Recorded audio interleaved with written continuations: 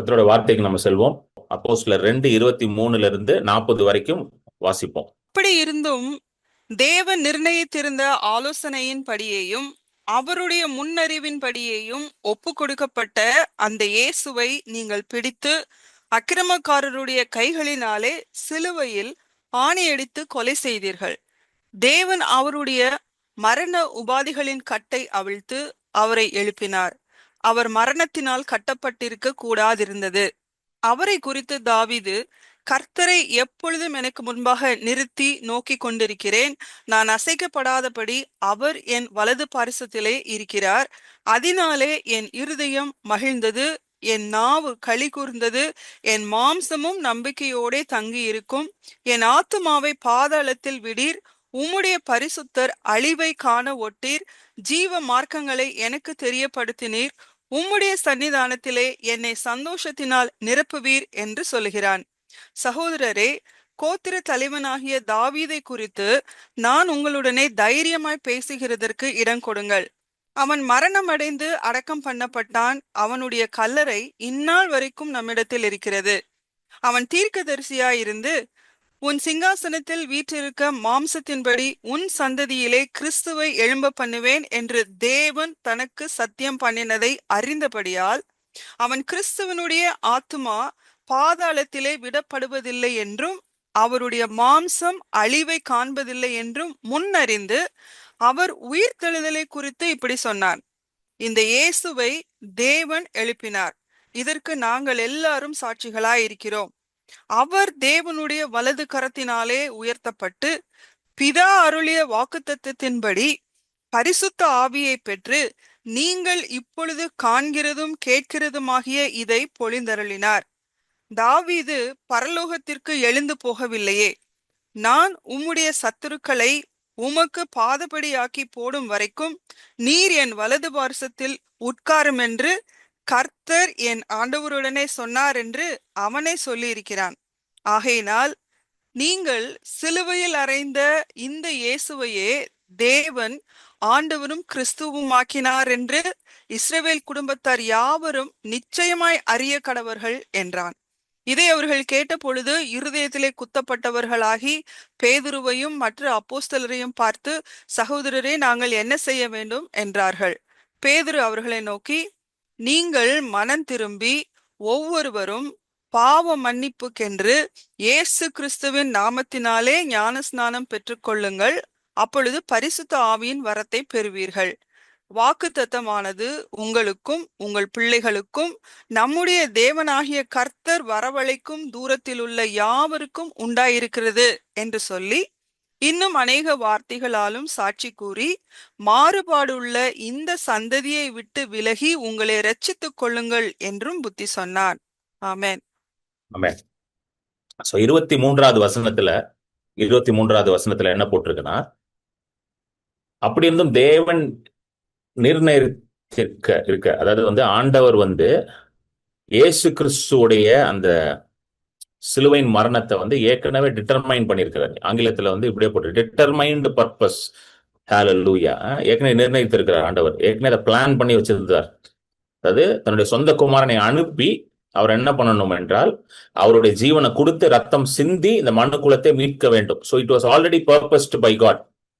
ஆமென். இன்னும் ஒரு இடத்துல எழுதப்பட்டிருக்குது, உலக தோற்றத்துக்கு முன்பதாகவே அடிக்கப்பட்டவர் அப்படின்னு எழுதப்பட்டிருக்கு. அப்படி என்றால் ஆண்டவர் உலகத்தை உண்டாக்குறதுக்கு முன்பதாகவே, மனுஷனை உண்டாக்குறதுக்கு முன்பதாகவே இப்படி ஒரு நாள் வரும், மனுஷன் பாவத்துல விழுவான். அந்த பாவத்துல விழுந்த மனுஷன் நான் என்ன பண்ண போறேன்? மீட் எடுக்க போறேன். அந்த மீட்பின் வேலையை என்னுடைய சொந்த குமாரனாகிய இயேசு கிறிஸ்து செய்வார் என்பதை ஏற்கனவே ஆண்டவர் பர்பஸ் பண்ணியிருக்கிறாரு, ஏற்கனவே டிட்டர்மைன் பண்ணியிருக்கிறாரு. இதை என்னன்னு சொல்லுவோம்னா ஃபோர் நாலேஜ் அப்படின்னு சொல்லுவாங்க. ஃபோர் நாலேஜ், அது ஆங்கிலத்துல பாத்தீங்கன்னா அந்த வார்த்தை யூஸ் பண்றாங்க, ஃபோர் நாலேஜ் ஆஃப் காட். தமிழ்ல அவருடைய முன் அறிவின் படியும், முன் அறிவு, ஃபோர் நாலேஜ். ஃபோர் நாலேஜ்னா ஒரு காரியம் இப்படிதான் நடக்க போகுது அப்படின்றது ஆண்டவர் ஏற்கனவே அறிந்து வைத்திருப்பாராம். சோ இதை நீங்க எப்படி எடுத்துக்க கூடாது என்றால், இது நிறைய பேர் எப்படி எடுத்துக்கிறாங்கன்னா, நடக்கிறது தான் நடக்கும்.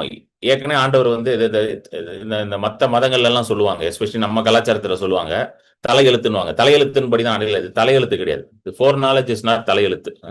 ஸோ முன்ன அறிந்திருக்கிறார்கள் ஆண்டவர். அது இதையும் குழப்பிக்காதீங்க. இது வந்து எப்படின்னா, ஆண்டவரோட ஞானம் வந்து மிக பெருசு. அந்த ஞானத்துல வந்து அவருக்கு தெரியும். இப்போ வந்து கிரண் பால் அப்படின்னா, கிரண் பால் இன்னும் 5 வருஷம் கழிச்சு எப்படி இருப்பாரு, என்ன செய்வாருன்றது வந்து automatically in is four knowledge knows that.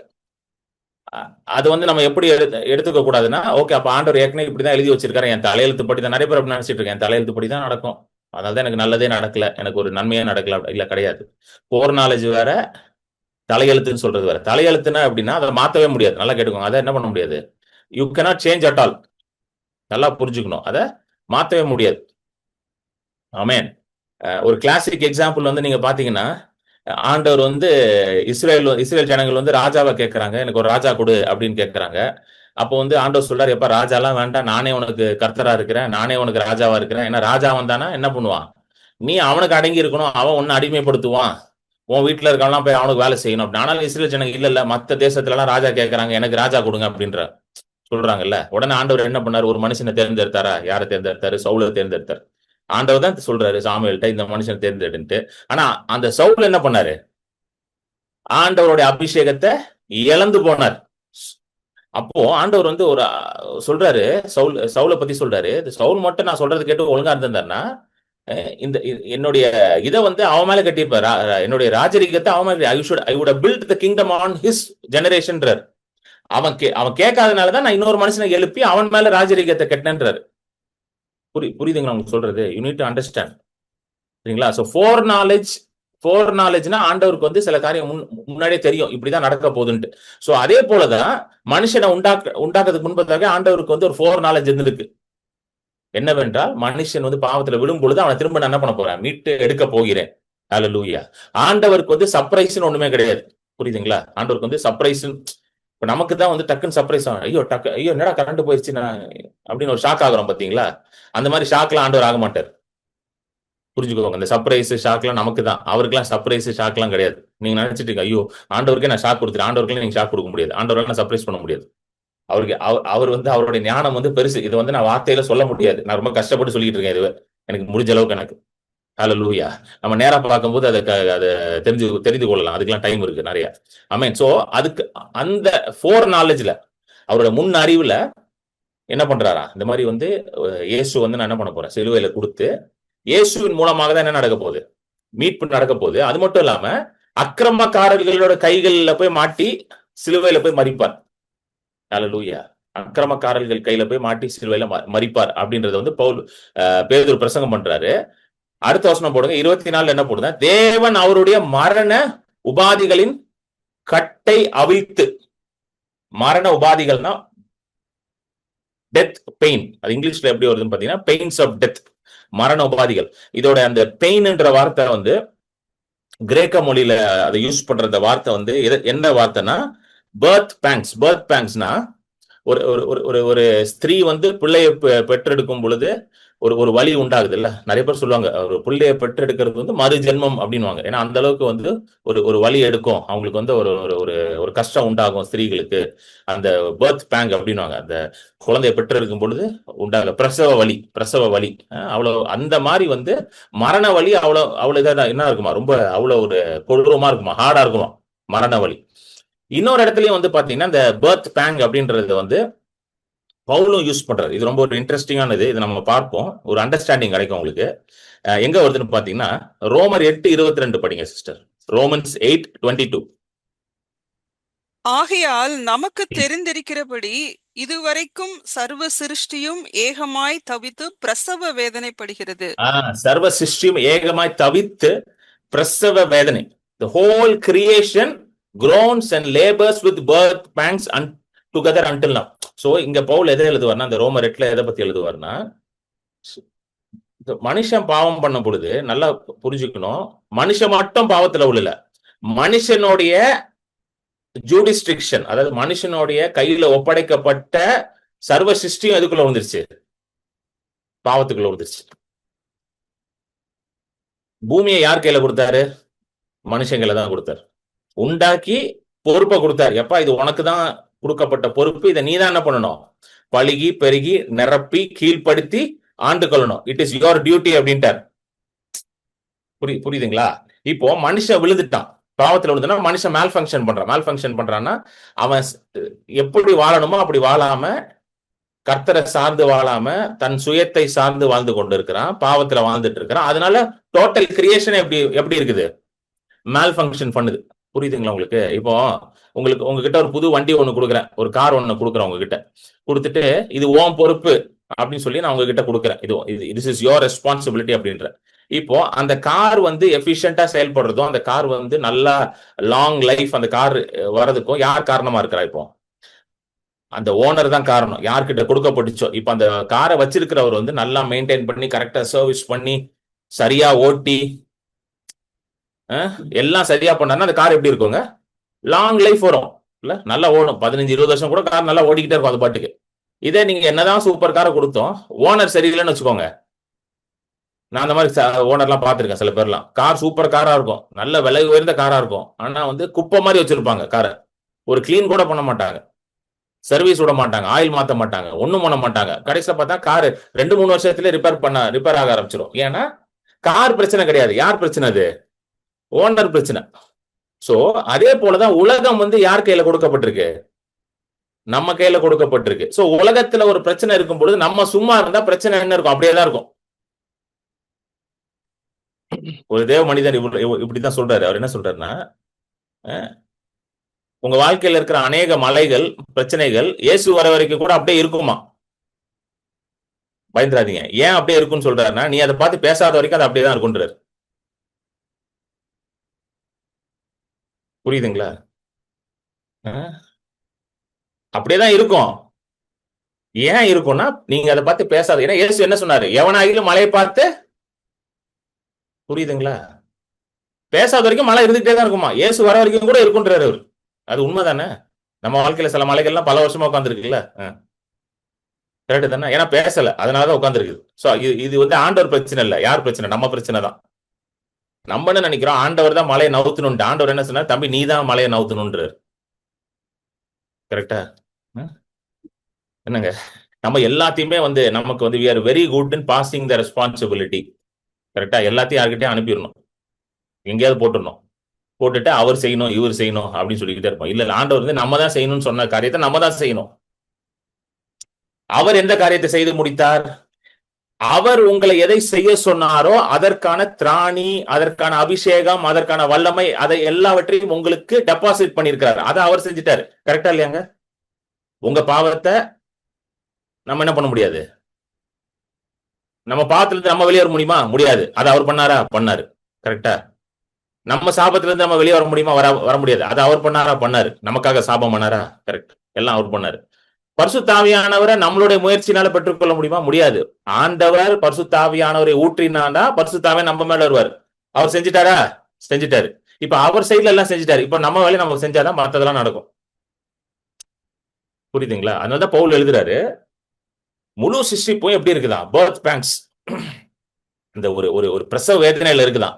ஏன் அப்படின்னு பாத்தீங்கன்னா 19வது வசனத்தை படிங்களேன், 19ல படிங்க, 19th verse, அதே 8:19 போடுங்க, ரோமர் 8:19. மேலும் தேவனுடைய புத்திரர் வெளிப்படுவதற்கு சிருஷ்டியானது மிகுந்த ஆவலோட காத்து கொண்டிருக்கிறது. தேவனுடைய புத்திரர்கள், இங்க நல்லா கவனிங்க, புத்திரர் கிடையாது.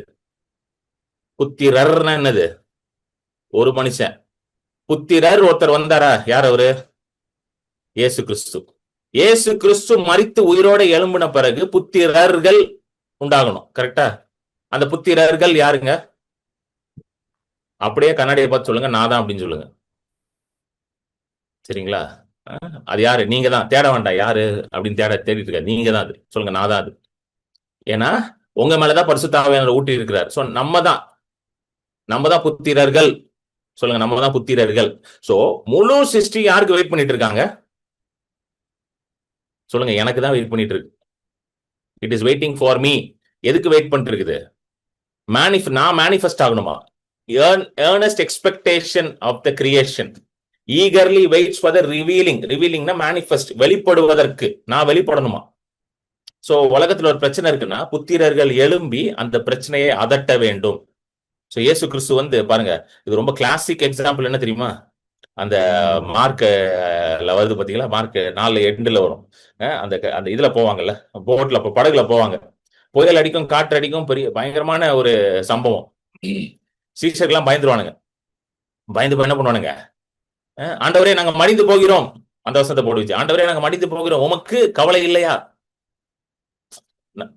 இவனுங்க எல்லாம் ஏற்கனவே வந்து மீன் பிடிக்கிற தொழில இருந்தவங்க தான், மீனவர்கள் தான். சோ இவங்க நிறைய புயல்கள், நிறைய காற்றுகள், நிறைய இதை பார்த்திருப்பாங்க. ஆனா இதை பார்த்து ஏன் பயந்தாங்கன்னா, இப்படிப்பட்டதை அவங்க வாழ்க்கையில பார்த்ததே கிடையாது. அப்படிப்பட்ட புயல் ரொம்ப வித்தியாசமா இருக்கு. என்னடா இதை நான் வாழ்க்கையில இந்த மாதிரி ஒரு புயலை நான் வாழ்க்கையில அனுபவிச்சதே இல்லை, பார்த்ததே இல்லை, இப்படி இருக்கேன்னு சொல்லிதான் பயந்து கத்திக்கிட்டு கிடக்குறானுங்க. தூங்கிட்டு இருக்காரு இயேசு, நல்லா நிம்மதியா ரெஸ்ட் எடுத்துட்டு இருக்காரு ஊழியத்தை முடிச்சுட்டு, கத்திட்டு கிடக்குறானுங்க. அப்போ இயேசு பாருங்களேன், அடுத்த வசனம் போடு, 39 போடுங்க. இயேசு எழும்பி என்ன பண்றாரு? காற்றையும் கடலையும் என்ன பண்றாரு? பார்த்து அதட்டி, இறையாதே அமைதலா இருண்டார். ஃபென்டாஸ்டிக். சரிங்களா? அடுத்த வசனம் தான் ரொம்ப முக்கியம், நல்லா கவனிங்க. 40வது வசனம். அவங்கள பார்த்து திட்டுவார். அவர்களை நோக்கி, ஏன் இப்படி பயப்பட்டீர்கள்?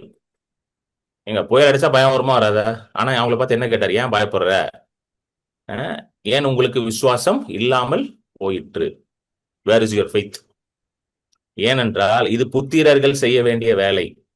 ஹல்லேலூயா. இது நம்ம செய்ய வேண்டிய வேலை. காற்று அடிக்குது, கடல் கொந்தளிக்குது, பிரச்சனை இருக்குன்னா அதை பார்த்து அதற்ற வேலை யாருக்கு கொடுக்கப்பட்டிருக்கு? நமக்கு கொடுக்கப்பட்டிருக்கு. சொல்லுங்க, எனக்கு கொடுக்கப்பட்டிருக்கு. ஏன் குடும்பத்துல, என்னுடைய லைஃப்ல, என்னுடைய கரியர்ல, என்னுடைய மினிஸ்ட்ரியில, என்னுடைய ஃபைனான்ஸ்ல எங்கெல்லாம் பிரச்சனை இருக்கோ அதை பார்த்து அதட்டி அதை நான் வெளியே துரத்த வேண்டிய வேலை எனக்கு கொடுக்கப்பட்டிருக்கு. ஹல்லேலூயா. ஆமென்.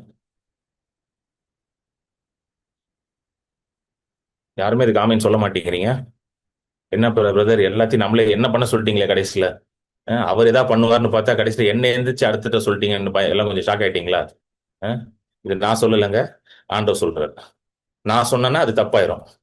சரிங்களா? இது ஆண்டவரே சொல்றாரு, ஒன்றும் பண்ண முடியாது.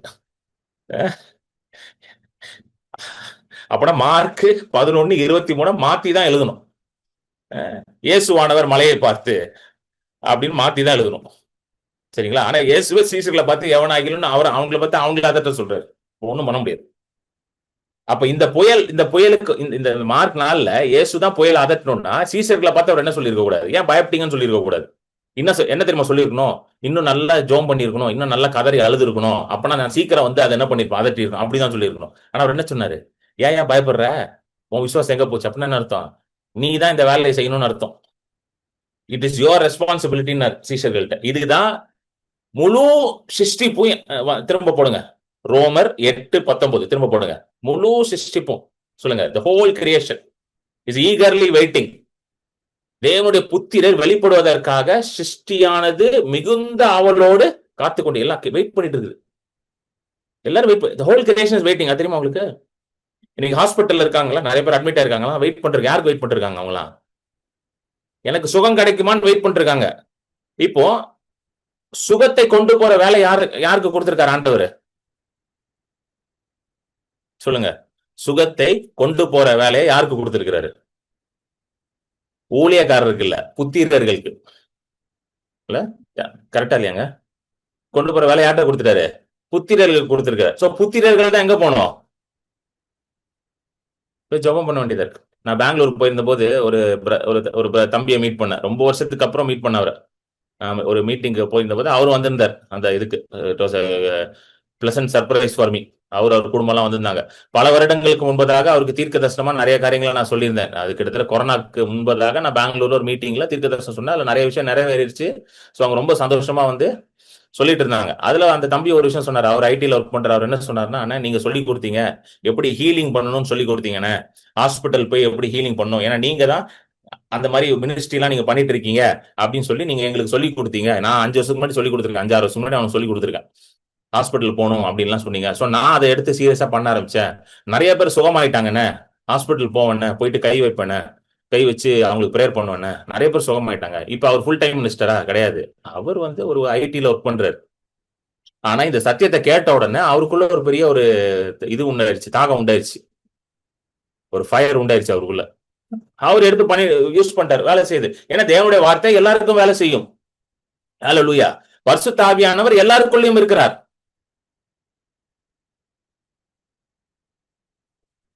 அவர் யாருலாம் பாக்குறது இல்ல. யாரு எவரு எங்க இருந்து வந்தாருலாம் பாக்குறது இல்ல. இததான் வந்து எழுதுறார் Paul. Whole creation is waiting. யாருக்கு வெயிட் பண்றாங்க? உங்களுக்கு தான் வெயிட் பண்றாங்க. சொல்லுங்க, எனக்கு தான் வெயிட் பண்றாங்க. புத்திரர்கள் நம்ம எழும்பாத வரைக்கும் பிரச்சனைகள் இருந்து கொண்டேதான் இருக்கும் உலகத்தில். புத்திரர்கள் எழும்பி அதட்டினால் மட்டும்தான் பிரச்சனைகள், புயல்கள் இறையாமல் இருக்கும், அமைதலாகும். ஹல்லேலூயா, ஆமென். சோ இதுதான் எழுதுறாங்க. சோ அந்த 24வது வசனம் போடுங்க, அப்போஸ்தலர் 2:24. சோ அந்த மரண அவஸ்தை வந்து எப்படி இருக்குமா?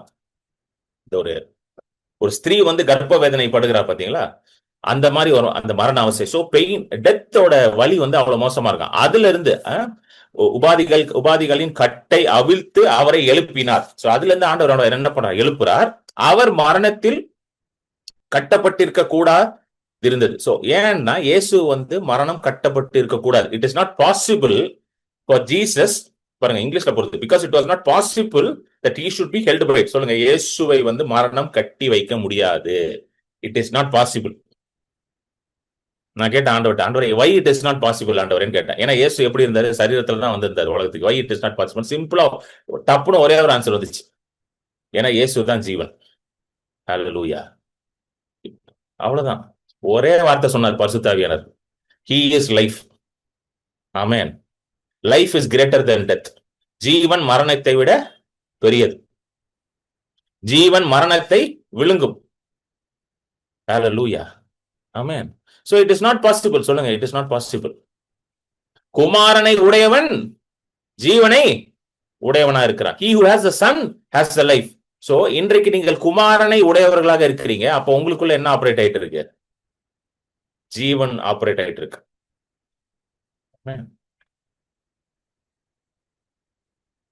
அப்போ எதுவுமே உங்களை மேற்கொள்ள முடியாது. ஹல்லேலூயா. வியாதியோ வேதனையோ சரீர பலவீனமோ உங்களை மேற்கொள்ள கூடாது, மேற்கொள்ள முடியாது என்ற அந்த மனநிலைக்கு நம்ம முதல்ல வந்துடணும். we have to come to that mindset. ஏன்னா குமாரனை உடையவன் ஜீவனை உடையவன் என்றால் நான் ஜீவனை பெற்றிருக்கிறேன் அர்த்தம். அப்ப எனக்குள்ள இயேசுவோட ஜீவன் ஆபரேட் ஆயிட்டு இருக்கு. அப்போ வியாதியோ பலவீனமோ பிசாசோ போராட்டமோ எதுவுமே என்னை மேற்கொள்ள முடியாது என்ற அந்த விசுவாசத்துக்குள்ள வரணும், அந்த மைண்ட் செட்டுக்குள்ள முதல்ல வரணும். ஹல்லேலூயா. அதனாலதான் போட்டு இட் வாஸ் நாட் பாசிபிள் அப்படின்னு போட்டு சொல்லுங்க, it is not possible. Hallelujah, glory to God. ஹல்லேலூயா. எபிரேயர்ல போட்டிருக்கு, எபிரேயர் 2:14-15 படிங்க sister. Hebrews chapter 2 verses 14 and 15.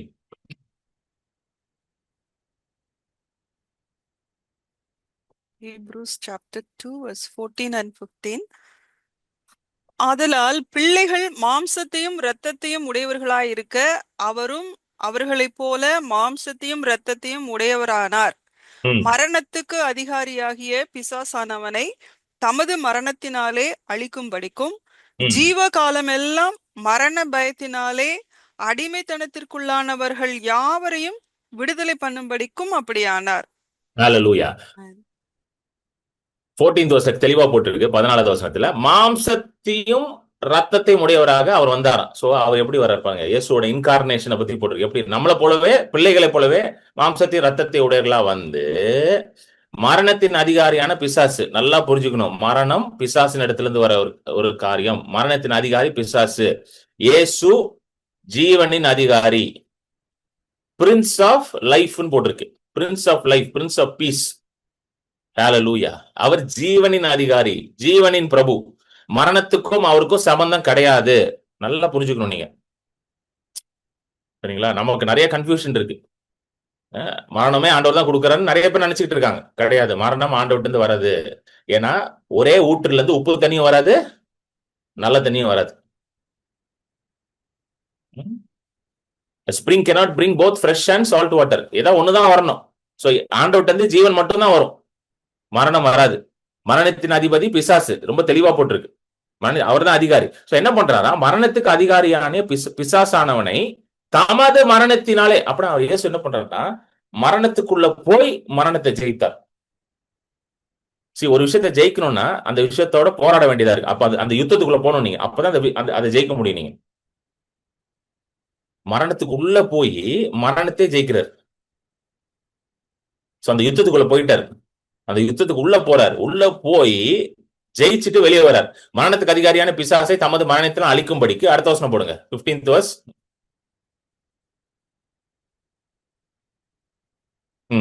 ஜீவ காலம் எல்லாம் மரண பயத்தினால. மரணத்தை அழிச்சிட்டு என்ன அதோட ரிசல்ட் என்னதான் நல்லா கவனிங்க. மரணத்துக்கு அதிபதியான பிசாசை தமது மரணத்தினால் ஜெயித்து, அதுக்கு ஒரு ரிசல்ட் இருக்குல்ல, கான்சிக்வன்ஸ்.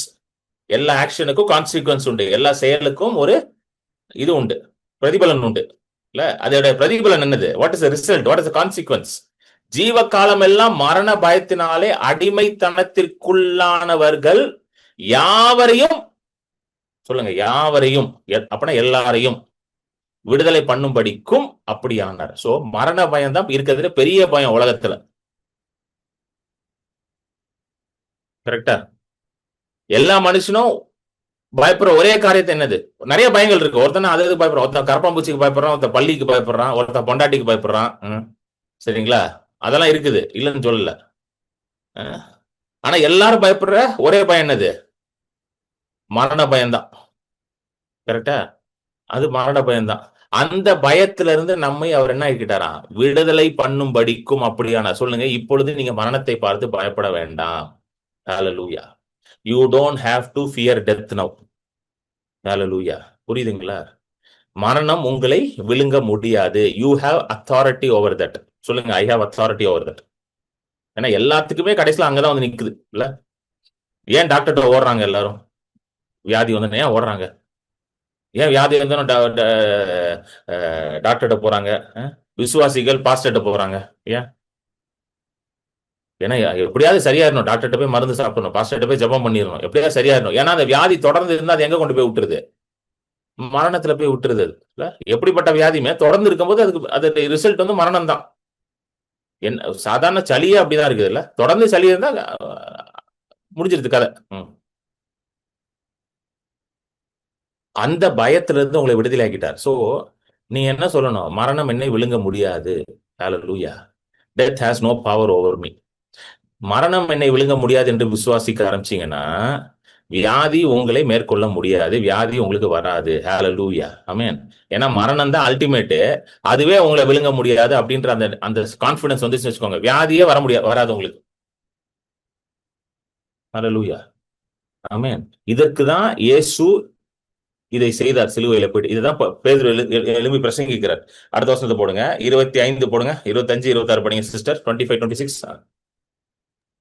அவரை குறித்து தாவீது, கர்த்தரை எப்பொழுதும் எனக்கு முன்பாக நிறுத்தி நோக்கி கொண்டிருக்கிறேன், நான் அசைக்கப்படாதபடி அவர் என் வலது பாரிசத்திலே இருக்கிறார், அதனால என் இருதயம் மகிழ்ந்தது, என் நாவு களி கூர்ந்தது, என் மாம்சமும் நம்பிக்கையோட தங்கி இருக்கும். ஆமென். இத வந்து நேத்து தினம் நைட்டு பாஸ்டர் ஜோராஜன் பேசினார்ல, Psalms 16. இன்னைக்கு நான் இதை பேச போறேன். நான் ஆக்சுவலி முடிவு இது பண்ணவே இல்லை. நான் வந்து ஓபன் பண்றேன், இதுதான் வருது. அப்ப பாருங்க, ஆண்டவர் கரெக்டா நேத்து நைட்டே பேசிட்டாரு அவங்ககிட்ட.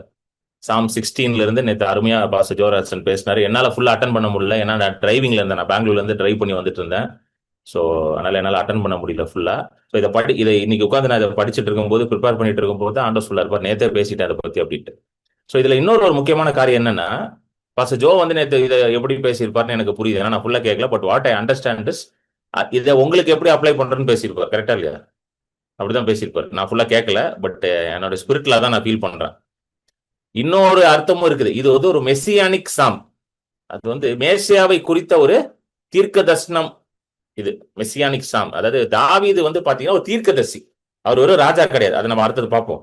சோ இந்த சங்கீதம் 16 வந்து இயேசுவை குறித்த ஒரு தீர்க்க தரிசனம். அதுதான் பாருங்க, பைபிள் வந்து ஒரு வசனமோ ஒரு வார்த்தையோ வந்து ஒரு விஷயத்தை மட்டும் நோக்கி போகாதது.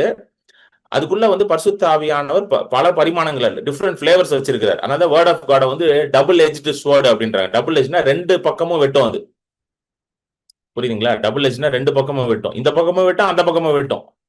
இப்படியும் வெட்டலாம், அப்படியும் வெட்டலாம். சோ ஒவ்வொரு வசனமும், இப்ப நான் ஒரு வசனம் படிக்கும் போது ஆண்டவர் அந்த வசனத்தின் மூலமா என்கிட்ட ஒரு மேட்டர் பேசுவாரு. பட் அதே வசனம் நீங்க படிக்கும் போது ஆண்டவர் வேற மேட்டர் பேசுறாரா? நம்ம கேட்கலாம், எப்படி பிரதர் ஒரே வசனம் தான்? அதுதான் தேவ வார்த்தை. ஏன்னா it is the life of God. அது தேவனுடைய ஜீவன் அதுக்குள்ள இருந்து வெளிவருது. சோ உங்களுக்கு எங்க ஜீவன் தேவைப்படுதோ அந்த வார்த்தையில இருந்து அது வரும். எனக்கு எங்க ஜீவன் தேவைப்படுதோ அந்த வார்த்தையில இருந்து அது வரும். ஆனா ஒரே வசனம் தான். இப்ப இந்த மெசேஜை நான் பேசும் பொழுது எல்லாருக்கும் ஒரே மாதிரி கேட்காது. அது தெரியுமா உங்களுக்கு? நீங்க எல்லாரும் ஒரே மாதிரி அந்த மெசேஜ் கேட்கலங்க. ஒவ்வொருத்தரும் உங்களுக்கு ஏற்ற மாதிரி கேட்டுக்கொண்டு இருக்கிறீங்க. உங்களுக்கு என்ன புரியுதா இல்லையா உங்களுக்கு? You understand? அப்படிதான் அந்த மெசேஜ் உள்ள போயிட்டு இருக்குது. எல்லாரும் ஒரே இதுல, ஏன்னா உங்க எல்லாருக்குமே வந்து ஒவ்வொரு இடத்துல ஜீவன் வெளிப்பட வேண்டியதா இருக்குது. ஒவ்வொரு இடத்துல வந்து தேவனோட வார்த்தை வெளிப்பட வேண்டியதா இருக்கு. சோ அந்தந்த அந்தந்த லெவல்ல அந்தந்த பரிமாணத்துல பரிசுத்த ஆவியானவர் கொண்டு போயிட்டு இருக்காரு உள்ள. ஹல்லேலூயா. ஆமென். சோ நேத்து பாஸ்டர் ஜோ பேசுனது எப்படி பேசினாரு? உங்களுக்காக பேசினாரு. தாவீதும் அப்படிதான் எழுதி இருக்கிறாரு. ஆனா தாவீது வந்து தீர்க்கதரிசினால அவர் எழுதும் போது அது வந்து இயேசுவை பத்தி எழுதிட்டாரு. ஹல்லேலூயா. ஆமென். அதுதான் அதுதான் தீர்க்கதரிசிகளுடைய இது. ஏன்னா தேவனோட வார்த்தையை கேட்டு எழுதும் பொழுது ஆட்டோமேட்டிக்கா தேவனோட இருதயத்தில் இருக்கிறத எழுதிரும். சோ இது ஒரு messianic psalm. Psalm 16 is messianic psalm. ஒரு இயேசுவை பற்றின ஒரு தீர்க்கதரிசன ஒரு சங்கீதமாக இருக்கிறது. அடுத்த வசனம் படிங்க, 27 28 படிங்க. 27 28. என் ஆத்துமாவை பாதாளத்தில் விடீர், உம்முடைய பரிசுத்தர் அழிவை காண ஒட்டீர். ஜீவ மார்க்கங்களை எனக்கு தெரியப்படுத்தினீர், உம்முடைய சன்னிதானத்திலே என்னை சந்தோஷத்தினால் நிரப்புவீர் என்று சொல்லுகிறான். ரொம்ப முக்கியம் இந்த 27வது வசனம். என் ஆத்மாவை பாதாளத்துல நீர் என்ன பண்ண மாட்டீர், விட மாட்டீர். ஹல்லேலூயா. You will not leave my soul in Hades. அடுத்தது 27வது வசனம். உம்முடைய பரிசுத்தர் அழிவை காண ஒட்டீர். 27 வைங்க. Your Holi one. ஆங்கில பைபிள் இருந்துச்சுன்னா பாருங்க, ஆங்கிலத்துல பாருங்க, அந்த யூ எல்லாம் பாருங்க கேபிட்டல்ல இருக்கா? அதான் இது இந்த கேபிட்டல்ல இருக்குன்னா அது யாரை குறிக்குதுன்னு அர்த்தம்? ஆண்டவரை குறிக்குது, இயேசுவை குறிக்குது. சோ அவரை வந்து இப்ப வந்து இது என்ன பாத்தீங்கன்னா, தாவீது வந்து இது நம்ம அடுத்த வருஷம் படிச்சுட்டு பார்ப்போமே, கொஞ்சம் இன்னும் புரிஞ்சிடும். 29 படிங்க. 29 புரிஞ்சிருப்போம். 29 படிங்க. சகோதரரே, கோத்திர தலைவனாகிய தாவீதை குறித்து நான் உங்களுடனே தைரியமாய் பேசுகிறதற்கு இடம் கொடுங்கள். அவன் மரணம் அடைந்து அடக்கம் பண்ணப்பட்டான். அவனுடைய கல்லறை இந்நாள் வரைக்கும் நம்மிடத்தில் இருக்கிறது. ஓகே, ஏன் இதை இங்க சொல்றாரு அவரு? பேதுரு வந்து எதுக்கு தாவீது மரணம் அடைந்தாரு, அவர் அடக்கம் செய்யப்பட்டாரு, அவர் கல்லறை இங்கதான் இருக்குது, நமக்கு தெரியும் அது.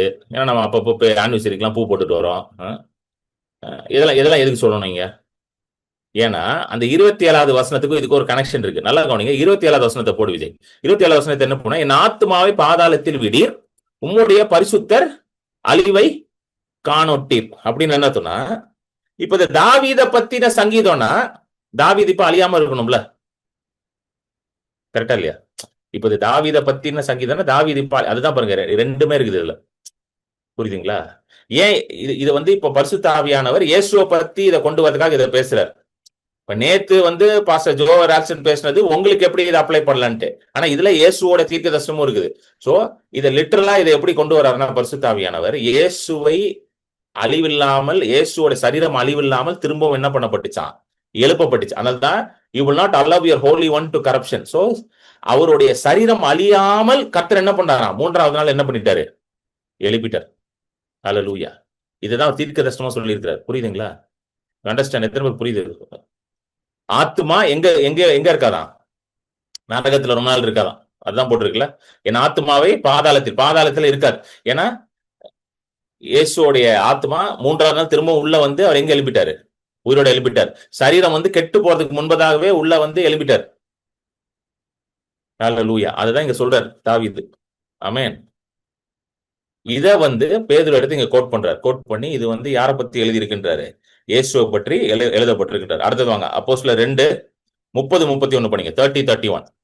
அவன் தீர்க்கதரிசியா இருந்து, உன் சிங்காசனத்தில் வீற்றிருக்க மாம்சத்தின்படி உன் சந்ததியிலே கிறிஸ்துவை எழும்ப பண்ணுவேன் என்று தேவன் தனக்கு சத்தியம் பண்ணினதை அறிந்தபடியால் அவன் கிறிஸ்துவனுடைய ஆத்துமா பாதாளத்திலே விடப்படுவதில்லை என்றும் அவருடைய மாம்சம் அழிவை காண்பதில்லை என்றும் முன்னறிந்து அவர் உயிர்த்தெழுதலை குறித்து இப்படி சொன்னான். புரியுதுங்களா? சோ இது இந்த ரெவலேஷன் அவருக்கு எப்படி வந்துச்சுன்னா, அதுக்கு காரணம் என்ன? 30வது வசனம் போடுங்க. அவர் தீர்க்கதரிசியா இருந்து, 30th verse, தீர்க்கதரிசி. தாவீது வந்து ஒரு ராஜா கிடையாது, அவர் வெறும் ராஜா கிடையாது. நம்மளுக்கு எல்லாம் தாவீது எப்படி தெரியும்? ராஜாவா தான் தெரியும்ல. அவர் தீர்க்கதரிசியா இருந்து நல்லா நல்லா இது ரொம்ப முக்கியமான பாயிண்ட். இது நான் கொஞ்சம் எக்ஸ்பிளைன் பண்ண விரும்புறேன். தீர்க்கதரிசியா இருந்து. சோ தீர்க்கதரிசினா என்னன்றத பாத்துருவோம். போன வாரம் நம்ம வந்து இதை பார்த்தோம். மாம்சமான யாவர் மேலேயும் என் ஆவியை ஊற்றுவேன், உங்களுடைய குமாரர்கள் குமார்த்திகள் தீர்க்க தரிசனம் உரைப்பார்கள். ஹல்லேலூயா. பழைய ஏற்பாட்டுல பாத்தீங்கன்னா ஆண்டவருடைய சத்தம் வார்த்தையோ எல்லாருக்கும் வந்து கொடுக்கப்படல. இஸ்ரேல் ஜனங்கள் எல்லாருக்குமே வந்து ஆண்டவர் டைரக்டா எல்லாம் பேசல. ஆவியானவர் யார் மேல இருந்தாரோ அவர்களோட தான் ஆண்டவர் டைரக்டா பேசினார். சோ தீர்க்கதரிசிகள் இருந்தாங்கல்ல, மோசே இருந்தாரு, யோசுவா இருந்தாரு. யோசுவாலாம் வந்து ஜட்ஜஸ்ல வர்றாரு, நியாயாதிபதிகள் லிஸ்ட்ல வர்றாரு. அது மாதிரி வந்து கிதியோன் இந்த மாதிரி வருவாங்க, ஜட்ஜஸ் வருவாங்க, சிம்சோனு இவங்கெல்லாம் வராங்க, பாராக்கு இவங்கெல்லாம் வராங்க லைனா. ஸோ இந்த மாதிரி நிறைய பேர் வருவாங்க. அதுக்கப்புறம் தீர்க்கதரிசிகள் வராங்கல்ல, சாமுவேல், எலியா, எலிசா, எரேமியா, இந்த மாதிரி தீர்க்கதரிசிகள் வராங்க, தானியேல், ஏசையெல்லாம் வராங்க. ஸோ அவங்களோட மட்டும்தான் ஆண்டவர் பேசுவார். ஸோ ராஜாக்களே வந்து எப்படி ஆண்டவரோட சத்தத்தை கேட்பாங்கன்னா தீர்க்கதரிசிகள் தான் ராஜாக்களுக்கே வந்து இன்ஸ்ட்ரக்ஷன் கொடுப்பாங்க. ஸோ சவுல் இருக்கும்போது யார் தீர்க்கதரிசி? சாமுவேல். சாமுவேல் சொல்றதுதான் சவுல் செய்வார். சாமுவேல் சொல்வார் இப்படி பண்ணு அப்படி பண்ணுவார், அதை செய்வார். தாவீது இருக்கும்போது ஒரு தீர்க்கதரிசி இருந்தார். யார் தெரியுமா? நேத்தன் இருந்தாரு. ஆனாலும் ஆண்டவர் தாவீதோட டைரக்டா பேசிட்டு இருந்தார். ஹல்லேலூயா. புரியுதுங்களா உங்களுக்கு? ஏன்னா தாவீதே ஒரு தீர்க்கதரிசி தான். ஆமென். சோ தீர்க்கதரிசினா முதல் பாயிண்ட் என்னன்னு புரிஞ்சுக்கணும். தீர்க்கதரிசினா தேவனுடைய சத்தத்தை கேட்கிற ஒரு மனிதனா இருப்பார். சோ பழைய ஏற்பாடுல தீர்க்கதரிசிகள் யாரு? தேவனுடைய சத்தத்தை கேட்பார்கள், அந்த சத்தத்தை கேட்டு அதை அப்படியே பேசுவார்கள். They will listen to the voice of God and they will speak the voice of God. அதாவது தேவனுடைய மவுத் பீஸா இருப்பாங்க அவங்க. மோசேக்கு சொல்றாருல்ல, ஆரோன் வந்து உன்னோட என்னதான் இருப்பாரு? மவுத் இருப்பாரு, வாய் அவர் தான். நீ பயப்படாத, நீ என்ன சொல்லுமோ அவர் சொல்லுவாரு. ஹல்லேலூயா. He shall be your prophet, your mouthpiece. So தீர்க்கதரிசி. சோ இன்றைக்கு நீங்க எல்லாருமே தீர்க்கதரிசி. ஏனென்றால் நீங்கள் தேவனுடைய சத்தத்தை கேட்க முடியும். ஹல்லேலூயா. ஆமென். உங்களுடைய டிசைனே எப்படி இருக்குன்னா சத்தத்தை கேட்கறதா உங்க டிசைனே. அது தெரியுமா உங்களுக்கு? இப்போ இந்த பெண் இங்க இருக்குல்ல, இந்த பெண் நல்லா கவனிங்க. இந்த பெண் உங்களுக்கு தெரியுதா? எல்லாருக்கும் கேமரால இந்த பெண் இருக்குல்ல, இந்த பெண் இப்படி இப்படி கீழே விழுந்துச்சுன்னு வச்சுக்கோங்களேன், இந்த சத்தம் எனக்கு டக்குன்னு கேட்குது. ஏன்னா I am design to hear. நான் கேட்பதற்காக என்னை ஆண்டவர் வடிவமைத்து இருக்கிறார். அதே போல என்னுடைய ஆவி மனுஷனுக்குள்ளேயும் ஒரு காது இருக்கு. என்னுடைய ஸ்பிரிட் மேன் இருக்காருல்ல, ஸ்பிரிட் மேனுக்கு மைண்ட் இருக்குன்னு போட்டிருக்கலாம் பைபிள்ல. த மைண்ட் ஆஃப் த ஸ்பிரிட்னு வருது. ஸ்பிரிட் மேனுக்கு மைண்ட் இருக்குன்னு இருக்கு. அப்போ மைண்ட் இருக்குன்னா மைண்டுக்கு, அப்போ மைண்ட்னா அது கேட்கணும்ல, காதும் இருக்குது. சோ ஸ்பிரிட்ல கேட்கறதுக்கான திறமை எனக்குள்ள இருக்கு. புரியுதுங்க உங்களுக்கு சொல்றது? நேச்சுரலா என் காதுகளை வச்சு நான் கேட்கலாம். அதே மாதிரி ஸ்பிரிட்லயே என்னால என்ன பண்ண முடியும்? கேட்க முடியும். இந்த காது கூட சில பேருக்கு கேட்காம இருக்கலாம்.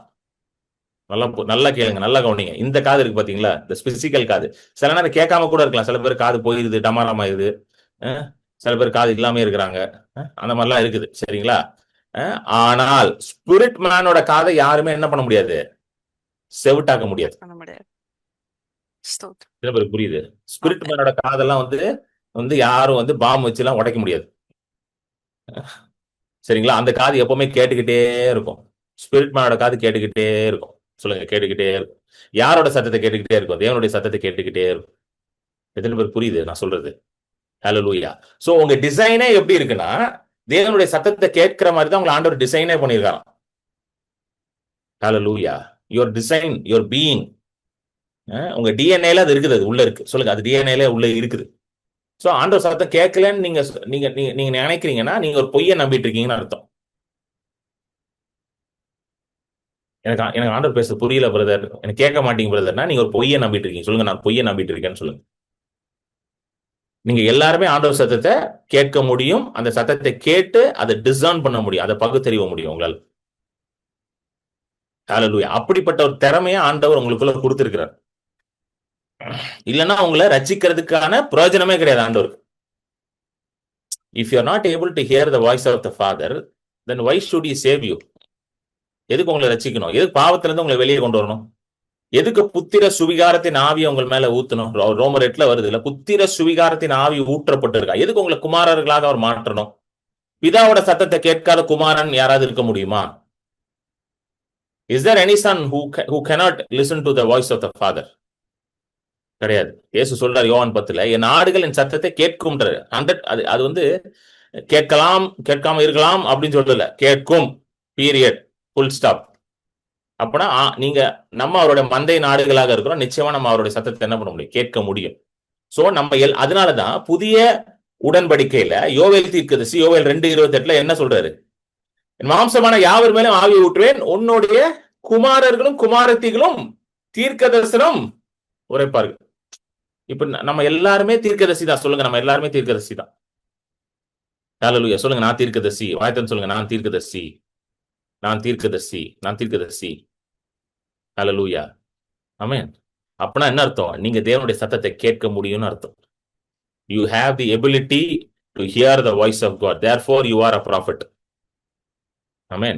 Therefore you are a prophet. நம்ம எல்லாருமே ப்ராஃபட் தான்.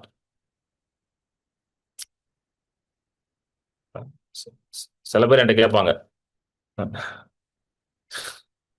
பிரதர் ஏன் பிரதர் உங்க உங்க பேருக்கு முன்னாடி டைட்டில் எல்லாம் போட மாட்டீங்க, ஏதாவது ப்ராஃபட், ரெவரண்டு, பாஸ்டர், ஏதாவது ஒன்று டைட்டில் எல்லாம் போட்டுக்கலாம்ல பிரதர் அப்படின்வாங்க. அது பிரபலமா நிறைய பேர் போடுறது வந்து ப்ராஃபட்னு தான் போடுவாங்கல்ல, நிறைய பேர் ப்ராஃபட்னு போடுவாங்க. நான் சொல்லுவேன், எல்லாருமே ப்ராஃபட் தான். என்னங்க, எல்லாரும் ப்ராஃபிட் தான். நம்ம எல்லாரும் கர்த்தரோட பிள்ளை தான். இல்ல டைட்டில் வேற போட்டுக்கணுமா? டைட்டில் ரொம்ப முக்கியம் பாருங்க இப்போ. என்னங்க, டைட்டில் ரொம்ப முக்கியமோ?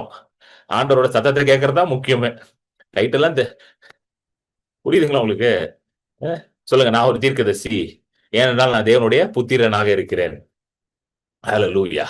I am a prophet because I am a son of God. அதனால நீங்க தெளிவா கேட்க முடியும். சொல்லுங்க, நான் ஆண்டவர் சத்தத்தை தெளிவா கேட்க முடியும். இதை நீங்க முதல்ல அதாவது கேட்க முடியும்னு விசுவாசிச்சாதான் கேட்க முடியும். கேட்க முடியாதுன்னு நம்பினீங்கன்னா முடியாது. பேசினாலும் எப்படி இருக்கும், கேட்காத மாதிரி இருக்கும். பேசிட்டு தான் இருக்கிறார். சொல்லுங்க, ஆண்டவர் பேசிட்டு தான் இருக்கிறாரு. ஒவ்வொரு நாளும் அவங்களோட பேசிட்டு தான் இருக்கிறாரு. நம்ம தான் எப்படி இருக்கிறோம், கேட்கல கேட்கல கேட்கல. அதான் சில பேர் எப்படி இருக்கிறாங்கன்னா, இது பிரதர் பிசாசு பேசிட்டா, பிசாசு பேசிட்டா என்ன பண்றது, இது சில பேருக்கு இந்த டவுட்லயே வாழ்ந்துட்டு இருக்காங்க. பிசாசு பேசுறான், பிசாசு பேசுறான்னு ஸ்ட்ராங்கா இருக்கிறாங்க. அதாவது அவங்க எப்படி இருக்காங்கன்னா, சில பேர் பிசாசு பேசுவான்னு ஸ்ட்ராங்கா இருக்கிறாங்க, ஆண்டவர் பேசுவாங்கன்னு நம்பிக்கை இல்லை. கரெக்டா? இது எப்படி இருக்குன்னா, அப்பா பேச மாட்டாரு, பக்கத்து வீட்டுக்காரன் பேசுவான்னு சொல்ற மாதிரி இருக்குது. அப்பா எல்லாம் பேச மாட்டாரு, பக்கத்து வீட்டுக்காரன் தான் வந்து பேசுவான். இது என்ன கதையா இருக்குது இது? புரியுதுங்களா? ஹல்லேலூயா. ஆமென். சோ தாவீது ஒரு தீர்க்கதரிசியா இருந்ததுனால ஆண்டவர் தாவீதுக்கு ஒரு ஆணையிட்டார். என்ன சொன்னார், உன் சிங்காசனத்துல இருந்தா யார் வருவா, மேசியா வருவாரு, வந்து அவர் தான் வந்து ராஜரிகம் செய்வாரு, அவர் தான் சிங்காசனத்துல அமருவாரு. அடுத்த வருஷம் 31 போடுங்க, அவருடைய ஆத்மாவும் அவருடைய சரீரமும் அழிந்து போகாதபடி, கெட்டு போகாதபடி, 31 கெட்டு போகாதபடி நான் என்ன பண்ண போறேன், காத்துக்கொள்ள போறேன். ஃபோர்சிங் திஸ் அதான் பாருங்க, முன் அறிவுல ஃபோர்சிங் திஸ் என்ன பண்ணாரா, அவர் கிறிஸ்துவனுடைய ஆத்மா பாதாளத்தில் விடப்படுவதில்லை என்றும் அவருடைய மாம்சம் அழிவை காண்பதில்லை என்றும் முன்னறிந்து அவர் உயிர்த்தெழுதலை குறித்து இப்படி சொன்னார். புரியுதுங்களா? சோ இது எல்லாமே வந்து ஒரு ப்ரொஃபட்டிக்கா ஆல்ரெடி ஆண்டவர் டிக்ளேர் பண்ணதுதான். இப்படிதான் நடக்க போகுது, இதெல்லாம் நடக்க போகுது. இதை பேதுரு எடுத்து பிரசங்கம் பண்ணார். அடுத்த வருஷம் போயிடும், குயிக்கா போயிடும். 32 படிங்க. இந்த இயேசுவை தேவன் எழுப்பினார், இதற்கு நாங்கள் எல்லாரும் சாட்சிகளாயிருக்கிறோம். அடுத்தது, அவர் தேவனுடைய வலது கரத்தினாலே உயர்த்தப்பட்டு பிதா அருளிய வாக்குத்தத்தத்தின்படி பரிசுத்த ஆவியை பெற்று நீங்கள் இப்பொழுது காண்கிறதும் கேட்கிறதுமாகிய இதை பொழிந்தருளினார். இந்த வசனம் 33வது வசனம். 32 என்ன பண்றேன்னா, இயேசு எழுப்பினா நாங்கள் எல்லாம் சாட்சிகளா இருக்கிறோம். ஏன்னா தேர் ஆல் பிசிக்கல் விட்னஸஸ். இந்த ஆதி திருச்சபையில இருந்து அப்போஸ்தலர்கள், அப்புறம் அந்த 120 பேர் இருந்தாங்க பாத்தீங்களா, அந்த அப்பர் ரூம்ல மேலறையில, இவங்க எல்லாம் பிசிக்கல் விட்னஸஸ் ஆஃப் ஜீசஸ். கிட்டத்தட்ட 500 பேர் இயேசுவை வந்து உயிரோட பார்த்திருக்கிறாங்க உயிர் தெழுந்த பிறகு.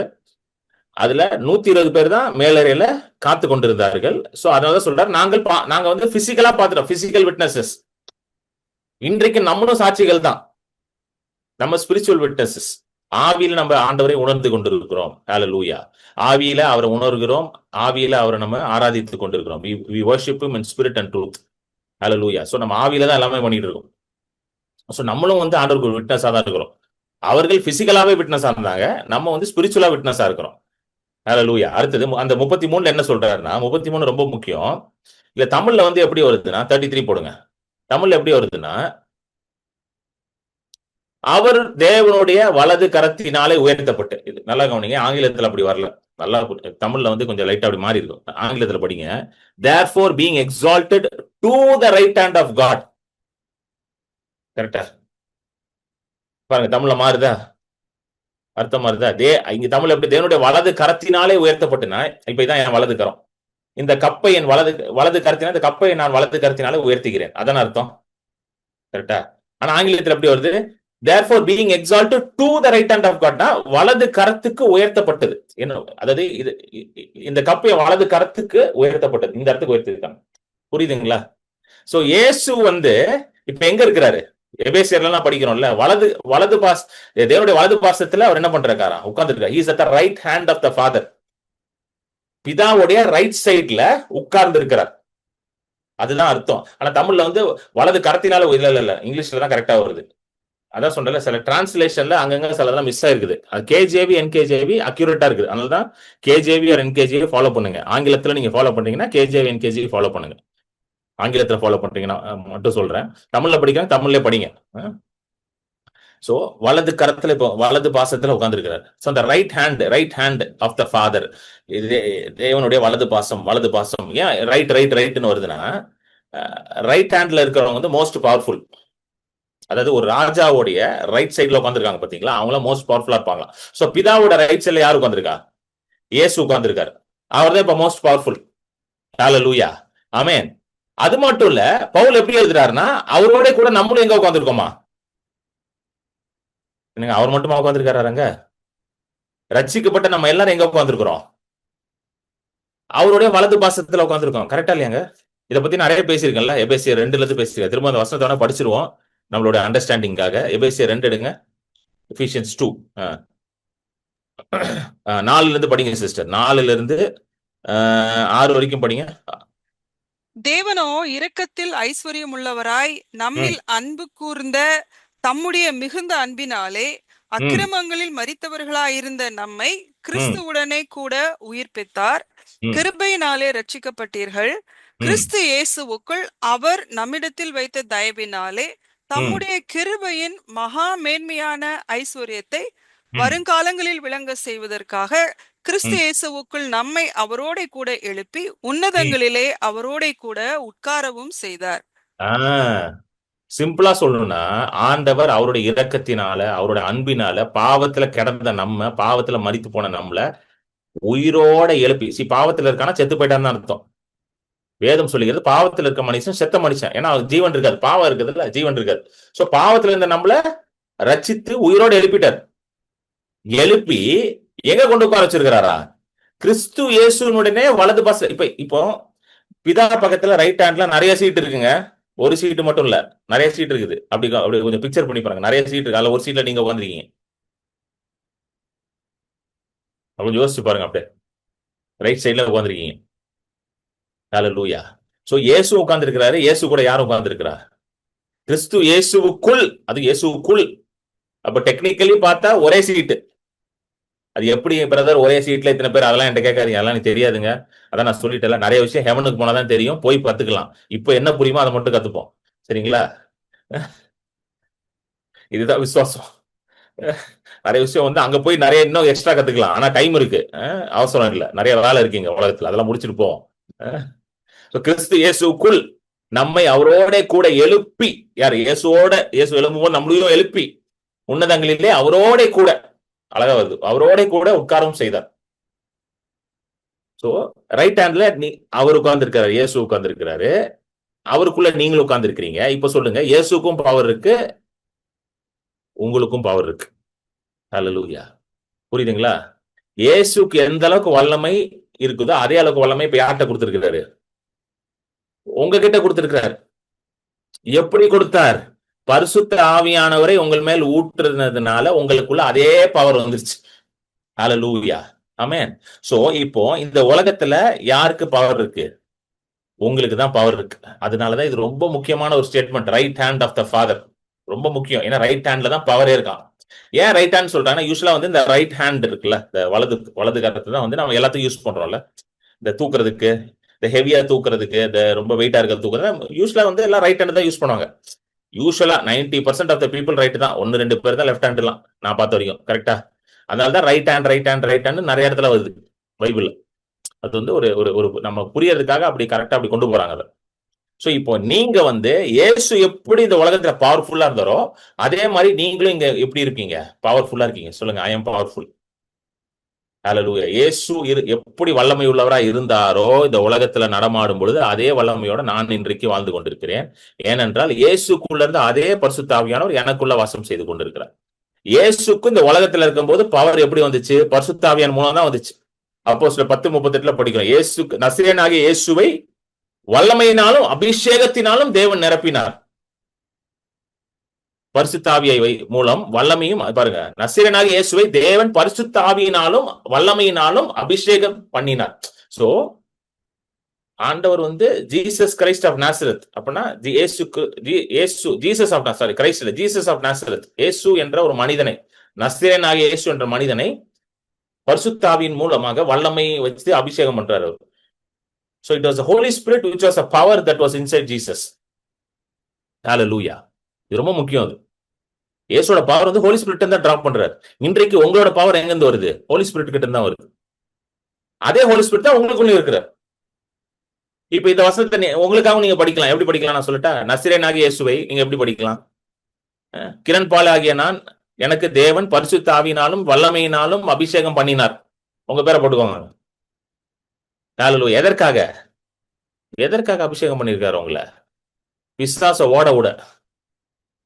ஹalleluya. பிசாசின் பிடியில வல்லமையில் அகப்பட்ட யாவரையும் குணமாக்குவதற்காகவும் நன்மை செய்வதற்காகவும் உங்களை என்ன பண்ணிருக்காரா? உங்களை அபிஷேகம் பண்ணியிருக்கிறார். உங்களை வல்லமையினால நிரப்பி இருக்கிறார். இதெல்லாம் எப்படி உண்டாகுது? பரிசுத்த ஆவியின் மூலமாக உண்டாகிறது. ஹalleluya. Glory to God. Amen. Hallelujah. So இந்த வலது பாசம் அப்படின்னு என்றால் it talks about power. It talks about power. It talks about authority. அடுத்தது நம்ம படிப்போம். அடுத்தது இந்த வசனம். Thank you Jesus. இப்ப 32 வரைக்கும் படிச்சிருக்கோமா? அப்போஸ்தலர்ல 33 வரைக்கும் படிச்சிருக்கோம். Okay okay. 34 35 படிங்க. தாவீது பரலோகத்திற்கு எழுந்து போகவில்லையே, நான் உம்முடைய சத்துருக்களை உமக்கு பாதபடியாக்கி போடும் வரைக்கும் நீர் என் வலது பாரிசத்தில் உட்காரும் என்று கர்த்தர் என் ஆண்டவருடனே சொன்னார் என்று அவனை சொல்லி இருக்கிறான். பாருங்க, இது ரொம்ப முக்கியம். 34 35 இதுவும் வந்து பாத்தீங்கன்னா பழைய ஏற்பாட்டுல இருந்து மேற்கோள் கட்டுறாரு. சங்கீதம் 110:1 அதை படிங்களேன். 110:1.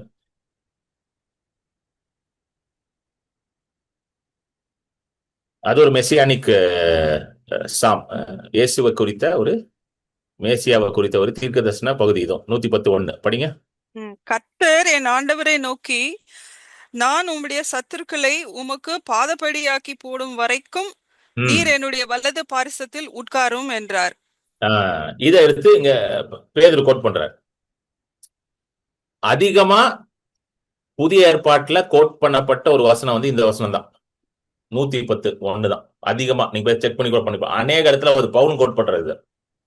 இங்க பேதுரு சொல்றாரா? இங்க பவுலும் பேசுவார். கொரிந்தியருக்கு எழுதின புத்தகத்துல எல்லாம் பவுல் பேசுவார். 1 கொரிந்தியர் 15 எல்லாம் பேசுவார். ஹல்லேலூயா. இது ரொம்ப முக்கியம். ஏன்னா என்ன போட்டிருக்குன்னா, கடைசி சத்ரு ஒருத்தர் இருக்கிறாராம். நல்லா கவனிங்க. கடைசி சத்ரு ஒருத்தர் இருக்கிறார். அவரை வந்து என்ன பண்ணணும்? நம்ம எல்லாம் ஜெயிக்கணும். இது வந்து ஆண்டவருடைய சித்தமாக இருக்குது. ஹல்லேலூயா. அந்த கடைசி சத்ரு பாருங்க. இதுல என்ன போட்டிருக்குன்னா பாருங்க, படிங்க சிஸ்டர் திரும்ப. கர்த்தர் என் ஆண்டவரை நோக்கி, நான் உம்முடைய சத்துருக்களை உமக்கு பாதபடியாக்கி போடும் வரைக்கும் நீர் என்னுடைய வலது பாரிசத்தில் உட்காரும் என்றார். சத்துருக்களை எல்லாவற்றையும் நம்ம என்ன பண்ணுமா? நான் பாதபடி ஆக்குற வரைக்கும் நீ என்ன பண்ணுவா? வலது பாசத்துல உட்காருன்றாரு. சோ சத்துருக்கள், அந்த சத்துருக்கள் யாரு? அவங்க அதை படிங்க. இதுதான் பவுல் எழுதுற. 1 கொரிந்தியர் 15 25 26 படிங்க. எல்லா சத்துருக்களையும் தமது பாதத்திற்கு கீழாக்கி போடும் வரைக்கும் அவர் ஆளுகை செய்ய வேண்டியது. பரிகரிக்கப்படும் கடைசி சத்துரு மரணம். புரியுதுங்களா? ஒரு சத்துரு இருக்குது. சத்துருக்கு சத்துரு ஒருத்தன் இருக்கிறான். யார் அது?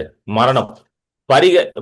பரிகரிக்கப்படும் அப்படின்னா டிஃபீட் பண்ண வேண்டிய ஒரு டிஸ்ட்ராய் பண்ண வேண்டிய ஒரு சத்துரு இருக்காரு. அவர் யார்? அவரு மரணம். புரியுதுங்களா? எது புரியுது? சோ இந்த உலகத்துல மரணம் அழிக்கப்பட வேண்டும் என்பது யாரோட சித்தமாக இருக்கிறது? தேவனுடைய சித்தம். இந்த வசனத்தை நல்லா படிங்க. 1 கொரிந்தியர் 15:26 இங்கிலீஷ்ல படிங்க. The last enemy that will be destroyed is death. Hallelujah. பரிகரிக்கப்படும் கடைசி சத்ரு மரணம். அதாவது மரணமே இல்லாத ஒரு உலகத்தை கர்த்தர் கொண்டு வர போறார். ஹalleluya. எத்தனை பேர் விசுவாசிக்கிறீங்க? இதுதான் கர்த்தர் சித்தம். ஆமென். மரணம் இருக்கக்கூடாது. நான் உண்டாக்குன உலகத்துல மரணம் இருக்கக்கூடாது. இது நடக்க போகுது. இது கண்டிப்பா நடக்க போகுது. ஏன்னா அது வசனத்துல ஆண்டவர் எழுதி இருக்கிறார். இது கண்டிப்பா நடக்க போகுது. அதை நோக்கிதான் நம்ம எல்லாம் போயிட்டு இருக்கோம். ஹalleluya. The last enemy that will be destroyed அப்படின்னா அது நடக்க போகுதுன்னு அர்த்தம். என்னங்க நடக்க போகுதுன்னு எழுதி வச்சிருக்கிறாரு. பவுல் எவ்வளவு தெளிவா எழுதி வச்சிருக்கிறாரு இதை. ஹalleluya. அது எல்லா சத்துரையும் ஜெயிச்சுட்டு வந்துட்டு கடைசியில மரணத்தை விட்டா வேஸ்ட் தானங்க? சொல்லுங்க. எல்லாத்தையும் ஜெயிச்சிட்டோம். கேன்சரை ஜெயிச்சாச்சு, எய்ட்ஸை ஜெயிச்சாச்சு, எல்லாம் ஜெயிச்சாச்சு. மரணத்தை விட்டீங்கன்னா என்ன பிரச்சனம்? ஏன்னா இது எல்லாமே கேன்சரா இருக்கலாம், எய்ட்ஸா இருக்கலாம், டிபியா இருக்கலாம், அதா இருக்கலாம், இதா இருக்கலாம், எல்லாம் மரணத்துக்கு தான் போய் முடிய போகுது. அப்போ அதை அடிக்கணும்ல, மரணத்தை அடிக்கணும்ல. அதை மட்டும் எப்படி விட்டு வைக்க முடியும்? எல்லா வியாதியும் அங்கதான் போய் முடியுது. எல்லா பாவமும் மரணத்துல தான் போய் முடியுதா? கரெக்டா இல்லையா? எல்லா பாவமும் மரணத்துல தான் போயிடுது. குடிச்சுக்கிட்டே இருந்தா செத்து போறான். வேசித்தனம் பண்ணாலும் மரணத்துக்கு போயிருது. எல்லாமே மரணத்துக்கு தான் போகுது. அப்போ இந்த பாவத்துல இருந்தெல்லாம் மனுஷன் வெளியேட்டான மரணம் மட்டும் இருந்தா சரியா இருக்குமா? கிடையாது. அதனாலதான் கடைசி சத்ருவான மரணம் என்ன பண்ண வேண்டும்? தோற்கடிக்கப்பட வேண்டும். It should be destroyed. அழகா போட்டு இங்கிலீஷ்ல destroyed. அப்பனா இருக்கவே கூடாது. அது ஆண்டவர் சித்த மரணமே கிடையாது. அதான் சொல்றேன், ஆண்டவர் சித்த மரணமே கிடையாதுங்க. God is totally against death. டெத்தை எனிமியா பார்க்கணும், சத்ருவா பார்க்கணும். பாருங்க, சத்ரு மரணத்தை சத்ருன்னு எழுதி இருக்குது பைபிள்ல. மரணத்தை தழுவி கொள்ளக்கூடாது. மரணம் சிக்னஸா இருக்கலாம். அதனால இயேசு பாருங்க ஒரு பையலையும் சிக்கா விடல, எல்லாரையும் சுகமாக்குனார். இயேசு எந்த ஃபியூனரலுக்கு போனாலும் ஃபியூனரல் சர்வீஸை முடிச்சாரா? இயேசு நீங்க ஒரு ஃபியூனரல் சர்வீஸ்க்கு கூப்பிட்டீங்கன்னு வச்சுக்கோங்க. இயேசு எங்க வீட்டுல ஒரு ஃபியூனரல் இருக்கு வாங்கினா சர்வீஸ் முடியாது, எழுப்பி விட்டுருவாரு வந்த உடனே. ஒரு இடத்துல கூட இயேசு என்ன பண்ணல, ஒரு மனுஷனை கூட மரித்து போன்னு சொல்லவே இல்லை. அவர் மரித்தவனால எழுப்பி தான் விடுறாரு. ஹalleluya. ஏன்னா அது ஒரு சத்ரு. சொல்லுங்க, death is an enemy. enemy should be destroyed. சொல்லுங்க, சத்ரு சரி, மரணம் ஒரு சத்ரு. சத்ரு அழிக்கப்பட வேண்டும். சத்ருவை அரவணைக்க கூடாது, அவனை அழிக்க வேண்டும். இதுதான் கர்த்தருடைய சித்தம். இதற்கு தான் ஆண்டவர் வல்லமையை கொடுத்திருக்கிறாரு, நமக்கு பரிசுத்த ஆவியானவரை கொடுத்திருக்கிறாரு. ஹalleluya. ஆமென். புரியுதுங்களா? It's very powerful. இது ரொம்ப இதை தீர்க்கதரிசனமா தாவீது அப்ப எழுதுறாரு இதெல்லாம். Thank you Jesus. ஹalleluya. அடுத்த படிப்போம்னா எந்த வசனம் படிச்சோம் நம்ம இப்ப அடுத்தது? We read 34 and 35. 35. ஓகே, அடுத்த படிப்போம் 36. ஆகையினால் நீங்கள் சிலுவையில் அறைந்த இந்த இயேசுவையே தேவன் ஆண்டவரும் கிறிஸ்துவும் ஆக்கினார் என்று இஸ்ரவேல் குடும்பத்தார் யாவரும் நிச்சயமாய் அறிய கடவர்கள் என்றான். ஓகே, சோ இவர் என்ன சொல்றாரு? அப்பா, நீ கொண்டு போய் அவர் சிலுவையில அரைஞ்ச, நீ என்ன நினைச்ச? இவர் இயேசு ஏன் சிலுவையில அரைஞ்சாங்கன்னா, இயேசு ஒரு ஒரு ஒரு ஒரு ட்ரபிள் மேக்கர் அப்படின்னு சித்தரிச்சா. ட்ரபிள் மேக்கர்னா பிரச்சனை பண்றவர் இவர். இயேசு சமாதான பிரபு அவரு. ஆனா அவர் பிரச்சனை பண்றதா, அதான் பிசாசோட இதுவே தந்திரமே. சமாதானத்தை கொண்டு வந்தவரை பிரச்சனைட்டானுங்க. உலகத்தை ரட்சிக்க வந்தவரை என்ன பண்ணிட்டானுங்க? இவர் தான் பிரச்சனை, இவர் ரட்சிக்க வரல, இவர் தான் பிரச்சனைன்னு சொல்லி பிளேட்டை மாத்தி விட்டான் பிசாசு. சோ நீங்க அவரை கொண்டு போய் என்ன பண்ணீங்க? சிலுவையில அடிச்சீங்க. ஆனா ஆண்டவர் அவரை எப்படி உயர்த்திட்டாராம்? ஆண்டவராகவும் கிறிஸ்துவாகவும். ஹalleluya. ஆமென். சிலுவையில அறைந்த இந்த இயேசுவை தேவன் ஆண்டவராகவும் கிறிஸ்துவாகவும். சோ தி லார்ட் அண்ட் கிரைஸ்ட்ன்றது, லார்டுனா என்னன்னா மாஸ்டர். லார்ட்னா கூரியோஸ் அப்படின்ற ஒரு கிரேக்க வார்த்தை யூஸ் பண்றாங்க. மாஸ்டர்னா நம்ம வாழ்க்கைக்கு இயேசு தான் மாஸ்டரா இருக்கிறார். ஜீசஸ் இஸ் லார்ட் அப்படின்னுவாங்கல்ல. இயேசு தான் நம்மளுக்கு மாஸ்டர். மாஸ்டர்னா என்ன அர்த்தம்? அவருக்கு தான் நம்ம வாழ்க்கையை நம்ம சமர்ப்பணம் பண்ணிருக்கோம். We have dedicated our life, surrendered our life to him. So he is our master. சொல்லுங்க, அவர் தான் எனக்கு மாஸ்டர். ஹalleluya. ஒரு சைடுல அவர் ஃபாதர், இன்னொரு சைடுல மாஸ்டராவும் இருக்கிறார். மாஸ்டர்னா அவர் சொல்றதெல்லாம் செய்யணும். அதுதான் முக்கியம். ரொம்ப நிறைய பேர் ஃபாதர்னே நின்றுறாங்க. நான் பாத்துறேன், நிறைய பேர் ஃபாதர் அப்பா அப்பான்னு நின்றுவாங்களா. அப்பா முக்கியம். அதே மாதிரி அப்பாவுக்கு கீழ்படுகிறதும் முக்கியம். கரெக்டா? நம்ம வீட்டுல அப்பா இருக்கிறாங்க, நம்ம அப்பா அவங்கள நான் ரொம்ப நேசிக்கிறேன்ப்பா, அப்பா நீங்க தான்ப்பா அப்படின்னு சொல்லிட்டு அப்பா சொல்லுறாரு. ஆமா, எல்லாம் நல்லா பேசுற, ஒன்னும் சொல்றது ஒன்னும் செய்ய மாட்டேறிய சொல்லுவாரா இல்லையா? அப்பா நல்லா பேசுறடா, நல்லா நல்லா நல்லா அப்படியே வெண்ண மாதிரி பேசுற, நல்லா வடியுது அப்படியே, எல்லாம் பால் வலிகிற மாதிரி பேசுற. அஹ், ஆனா சொல்றது ஒண்ணும் செய்ய மாட்டேன். கரெக்டா இல்லையா? சொல்லுவாரா இல்லையா அப்பா? சோ அப்பா அப்பாதான், ஆனா அப்பாக்கு கீழ்ப்படிஞ்சு வாழணும். So, அதனாலதான் ஜீசஸ் இஸ் லார்ட். சொல்லுங்க, இயேசு ஆண்டவர். ஹalleluya. நிறைய பேர் அப்பாலே நின்ட்டாங்க. நான் பார்த்திருக்கேன், அப்பாலே நிப்பாங்க, சொல்றது ஒண்ணும் செய்ய மாட்டானுங்க. கேட்டா அப்பா அப்பா அப்பான்னு வைங்க. அப்பா அப்பா அப்பான்னு சொல்லிட்டு எல்லா எக்ஸாம்லயும் ஃபெயில் ஆயிடுவாங்க. அப்பா மேல இருந்து பாப்பாரு, ஏன்டா உன்னை படிக்க வச்சு ஃபீஸை கட்டினா எக்ஸாம்ல ஃபெயில் ஆகிட்டு இருக்க, கேட்டா அப்பா அப்பான்ற. அப்படியே தெரியுங்க, அந்த மாதிரிலாம் ஆள்லாம் தெரியுங்க. எனக்கு பரிதாபமா இருக்கும் அவங்களை பார்க்கும்போது. நிறைய நிறைய பேர் அப்படி இருக்கிறீங்க ஊர்ல. அவர் ரொம்ப அன்பானவர், அவர் அப்பா அப்படின்வாங்க. சரி ரைட்டு, அன்பானவர் அப்பா தான். சரி, ஒரு வேலைக்கு போனா போக மாட்டானுங்க. கேட்டா அப்பா இருக்கிறாரு, அப்பா எல்லாத்தையும் பார்த்துப்பாரு. அப்பா வேலைக்கு போக, நல்ல அப்பா வந்து பிள்ளைய வேலை பண்ண சொல்லுவார். கரெக்டா இல்லையாங்க? கரெக்டா இல்லையா? ஒரு நல்ல அப்பா, எங்க அப்பாலாம் வந்து நல்ல அப்பா. அவர்லாம் தெளிவா சொல்லிட்டாரு எங்க அப்பாலாம், உன்னை படிக்க வைக்கிறது மட்டும் தான் என் வேலை, சரியா? அடுத்து ஒழுங்கா வேலைக்கு போயிருந்தாரு. சும்மா வீட்டுல தண்டை சோறு எல்லாம் போட முடியாது. இவ்வளவுக்கு எங்க அப்பாவோட சோறு போட முடியும். எங்க அப்பா ஒன்றும் சாதாரண ஆள் கிடையாது. நல்லா ஒரு நல்ல கவர்மெண்ட்ல வேலை செஞ்சாரு, அவரால் காசு கொடுக்க முடியும். ஆனா அவர் சொல்லிட்டாரு தெளிவா, உன்னை படிக்க வச்சிட்டேன், ஒழுங்கா வேலையை பாரு அப்படின்ட்டு. அவர் அப்படி ஸ்ட்ரிக்டா இருந்ததுனால இன்னைக்கு நான் வந்து நல்லபடியா என்ன என் குடும்பத்தை நடத்த முடியுது. எந்த ஒரு மனுஷ தயவும் இல்லாம கர்த்தரை மட்டும் நம்பி இந்த ஊழியத்தை பண்ணி நடத்த முடியுது. ஏன்னா எங்க அப்பா அன்னைக்கு ஸ்ட்ரிக்டா இருந்தாரு. Though he can give, he said no, you have to do it அப்படின்னாரு. நீதான் அப்படின்னாரு. இதுதான் அப்பா. சொல்லுங்க, இதுதான் அப்பா. புரியுதுங்களா? இந்த அப்பா விட்டுருவானுங்க எல்லாரும். நல்ல அப்பானா இப்படிதான் இருப்பாரு. அதை விட்டுருவானுங்க, விட்டுட்டு அப்பா அப்பா அப்பான்ட்டு இருப்பானுங்க. சொல்லுங்க, அவர் ஆண்டவர். சொல்லுங்க, அவர் ஆண்டவர். Hallelujah. he is lord, he is lord. ஆமென். சோ அவர் சொல்றதை கீழ்ப்படிந்து நடக்கணும். ஆமென். அடுத்த வசனம் படிங்க, 37. இதை அவர்கள் கேட்ட பொழுது இருதயத்திலே குத்தப்பட்டவர்களாகி பேதுருவையும் மற்ற அப்போஸ்தலரையும் பார்த்து, சகோதரரே, நாங்கள் என்ன செய்ய வேண்டும் என்றார்கள்.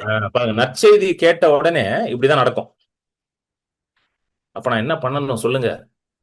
என்ன பண்ணணும்? இதுதான் நற்செய்தியோட வல்லமை. This is the power of the gospel. இருதயத்துல ஒரு மாற்றம் உண்டாகும்.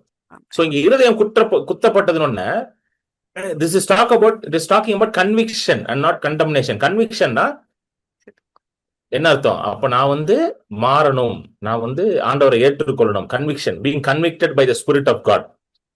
புரியுதுங்களா? பரிசுத்த ஆவியானவர் நீங்க வேலை செய்ய ஆரம்பிக்கிறார். சோ கேட்ட உடனே என் வாழ்க்கையை நான் ஆண்டவர் கொடுக்கணும் அப்படின்னா என்ன பண்ணணும் சொல்லுங்க?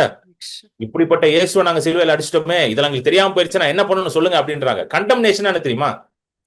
கண்டம்னேஷனா குற்ற உணர்வு உண்டாயிரும். எப்பவுமே கண்டம்னேஷன் உண்டாயிருச்சுன்னா, இன்னைக்கு நிறைய பேர் கண்டம்னேஷன்ல இருக்கிறதுனாலதான் ஆண்டவர்ட்ட வராமையே இருக்கிறாங்க. ஏன்னா கண்டம்னேஷன் கன்விக்ஷனுக்கும் ஒரு சின்ன டிஃபரன்ஸ் தான். எப்படின்னு பாத்தீங்கன்னா, கண்டம்னேஷன் என்ன பண்ணும்னா, இதுவும் இந்த இது பாருங்களேன், இருதயத்தில் இதுவும் வந்து அவங்களுக்கு என்ன தோணுது? நாங்க பண்ணது தப்பு தான், அவரை சிலுவையில அடிச்சிருக்க கூடாது, அவர் தான் மேசையா அப்படின்னு அவங்களுக்கு உள்ள வருது. புரியுதா?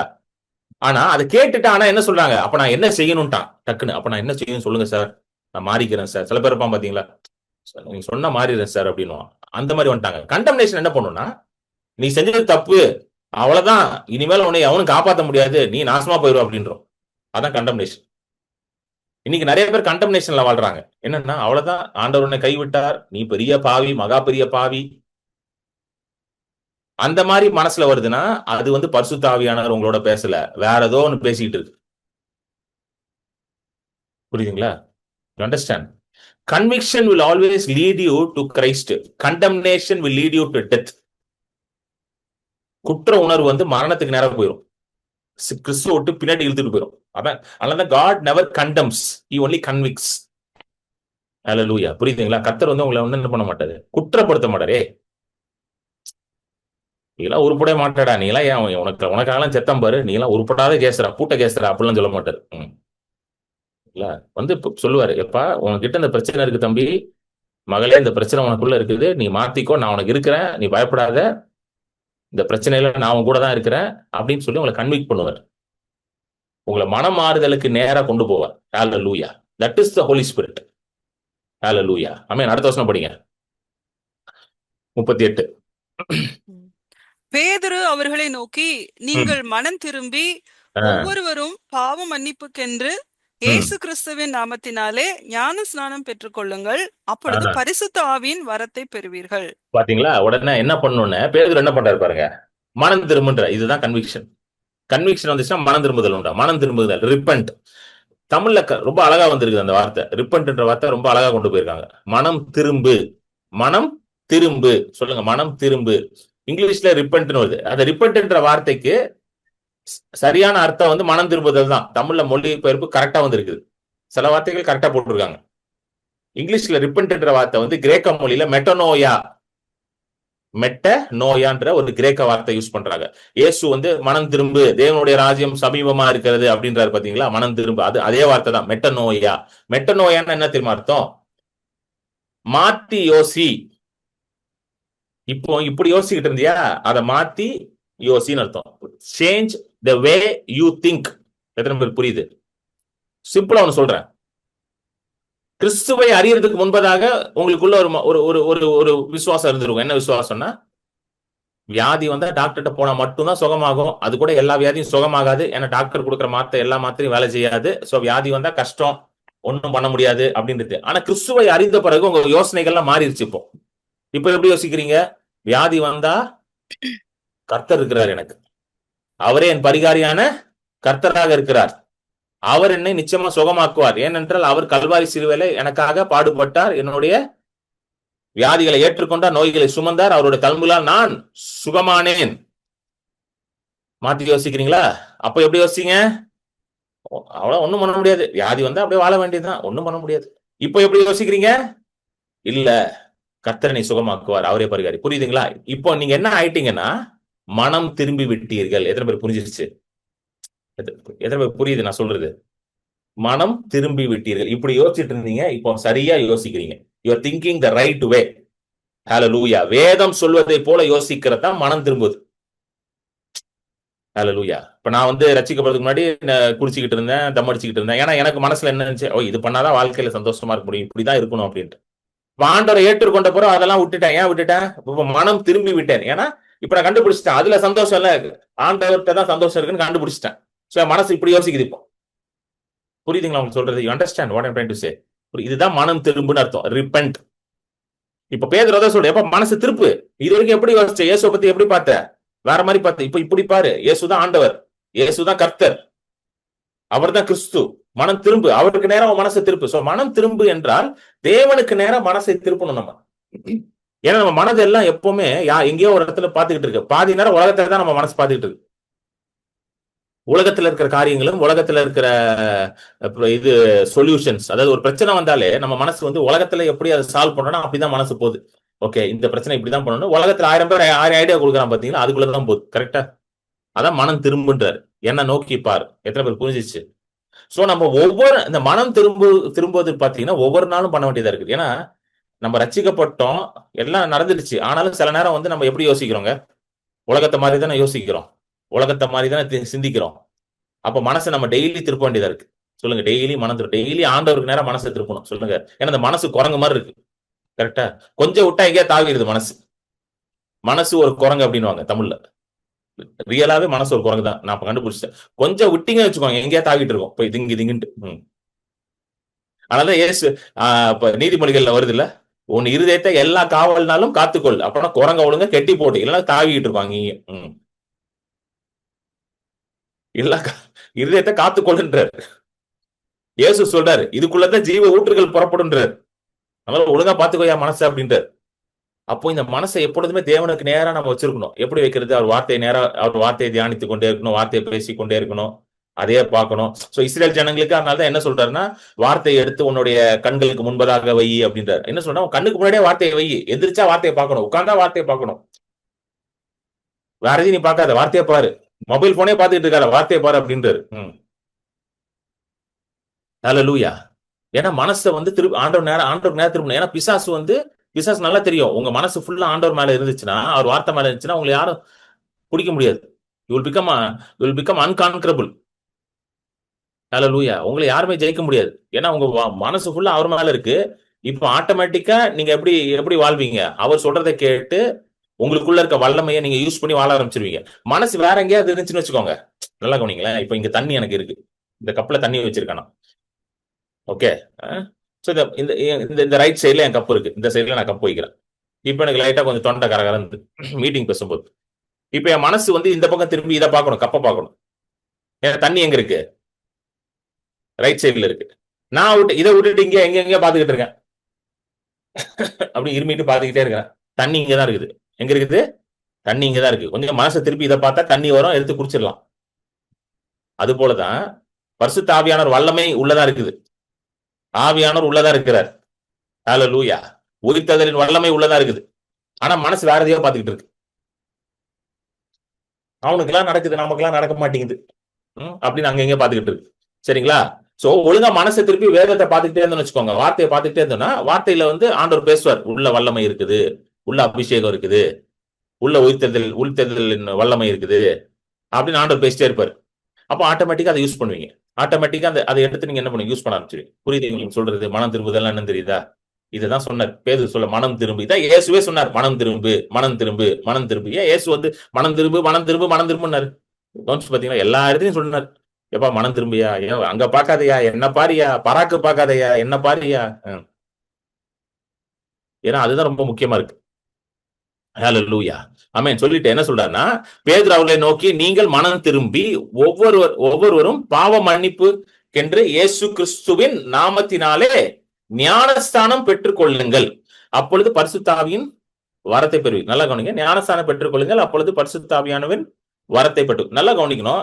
இதை வந்து நீங்க எப்படி பார்க்கணும்னா, சில பேர் என்ன சொல்லிடுறாங்கன்னா, ஞானஸ்தானம் எடுத்தாதான் பரிசுத்த ஆவியானவர் வருவான்றாங்க. கரெக்டா? சில பேர் அப்படி சொல்றாங்க. நம்ம மீட்டிங்ல நான் எப்பவுமே இதை சொல்லி கொடுத்திருக்கேன். வேதத்துல இருந்து நீங்க ரட்சிக்கப்பட்ட உடனே பரிசுத்த ஆவியானவர் வந்துருவார். ஏன்னா ரட்சிப்பு அவர் மூலமா தான் நடக்குது. ஹல்லேலூயா. ரட்சிப்பு வந்து என்னால உண்டான காரியம் கிடையாது. இதுல தெளிவா இருக்கீங்களா? ரட்சிப்பை வந்து நான் சம்பாதிக்க முடியாது. இப்ப நான் சம்பாதிக்கிற மாதிரி இருந்துச்சுன்னா நானே ஏதாவது உருட்டி புரட்டி பண்ணிடுவேன். என்ன நான் ரட்சித்துக் கொள்ள முடியாது. அதனாலதான் எனக்கு இயேசு வந்தார். சோ அந்த ரட்சிப்பு எனக்குள்ள எப்படி உள்ள வருது? இயேசுவை நான் ஏற்றுக்கொள்ளும் பொழுது, சுவிசேஷத்தை கேட்டு இயேசுவை ஏற்றுக்கொள்ளும் பொழுது பரிசுத்த ஆவியானவர் எனக்குள்ள வந்து வாசம் செய்கிறார். ஹல்லேலூயா. சோ ஞானஸ்தானம் என்னது?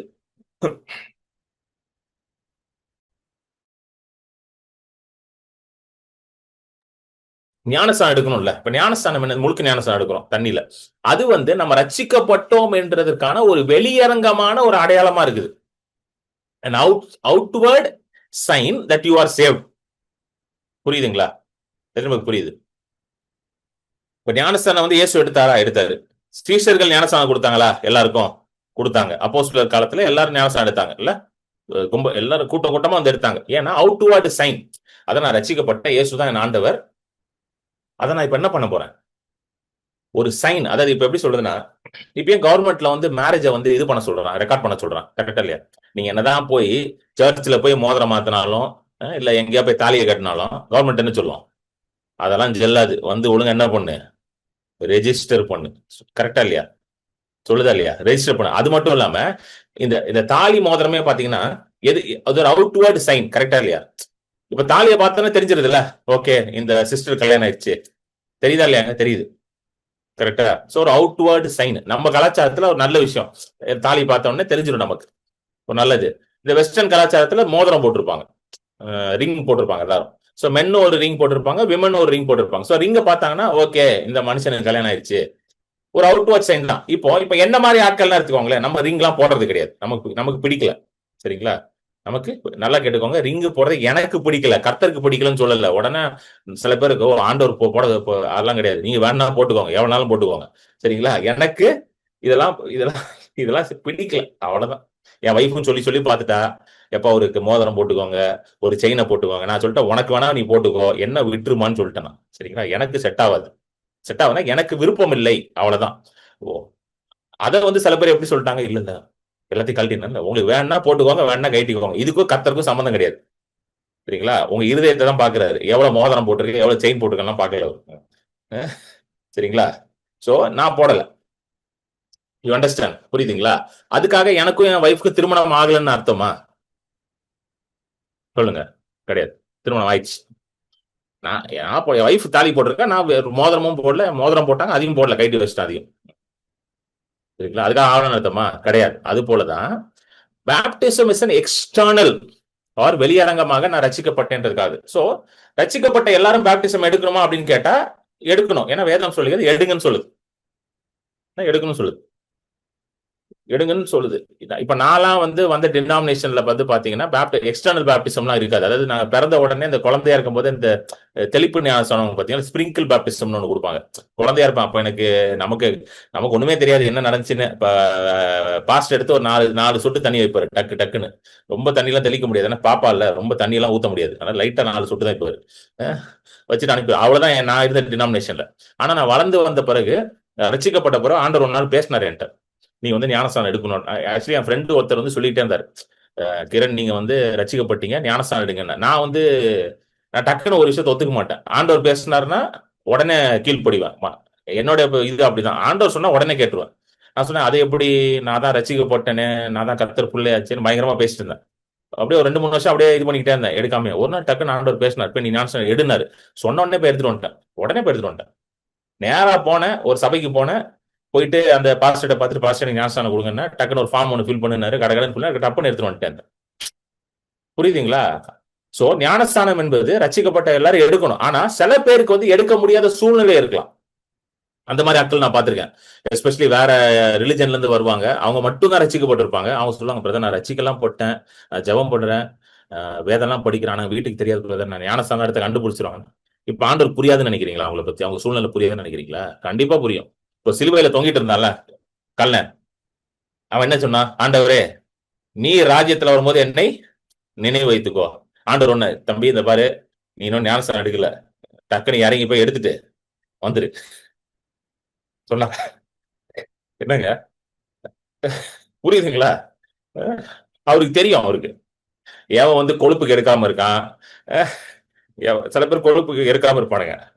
அவருக்கு தெரியும், அவருக்கு எல்லாம். அவருக்கு யாரால நிஜமா எடுக்க முடியலன்னு தெரியும். சில பேருக்கு நிஜமால எடுக்க முடியாது, அவங்க சூழ்நிலை அப்படி. அவங்க ஒருத்தர் தான் ரசிக்கப்பட்டிருப்பாங்க, அவங்க போய் ஞானஸ்தானம் எடுத்த மாட்டிப்பாங்க வீட்டுல. அதனால அவங்க மனசுக்குள்ள எல்லாமே இருக்கும் அவங்களுக்கு. கர்த்தர் மேல ஒரு பெரிய அன்பு இருக்கும், எல்லாமே இருக்கும் அவங்களுக்கு. பைபிள் படிக்கிறது கூட பயந்து பயந்து படிச்சுட்டு இருப்பாங்க வீட்டுல. ஆண்டவர் தெரியாது நினைக்கிறேன். God knows everything, he is loving father. இப்ப நல்லா கேட்டு, அது அவரை போல நல்லவர் யாரும் கிடையாதுங்க. ஆனா எடுக்க முடியும்னா எடுத்துருங்க. இப்ப நம்ம மீட்டிங்ல இருக்கீங்க, நீங்க எடுக்க முடியும்னா ப்ளீஸ் எடுத்துருங்க, தப்பே கிடையாது. நீங்க போற சபையில எடுக்கலாம், இல்லைன்னா உங்களுக்கு அங்க கொடுக்கலன்னா வேற எங்கேயாவது போயிடுங்க, தப்பு கிடையாது. இல்ல எனக்கு தெரியல பிரதர், எங்க எடுக்கணும்னே தெரியல, என்னை கான்டாக்ட் பண்ணுங்க, எங்க எடுக்கணும்னு நான் சொல்றேன்.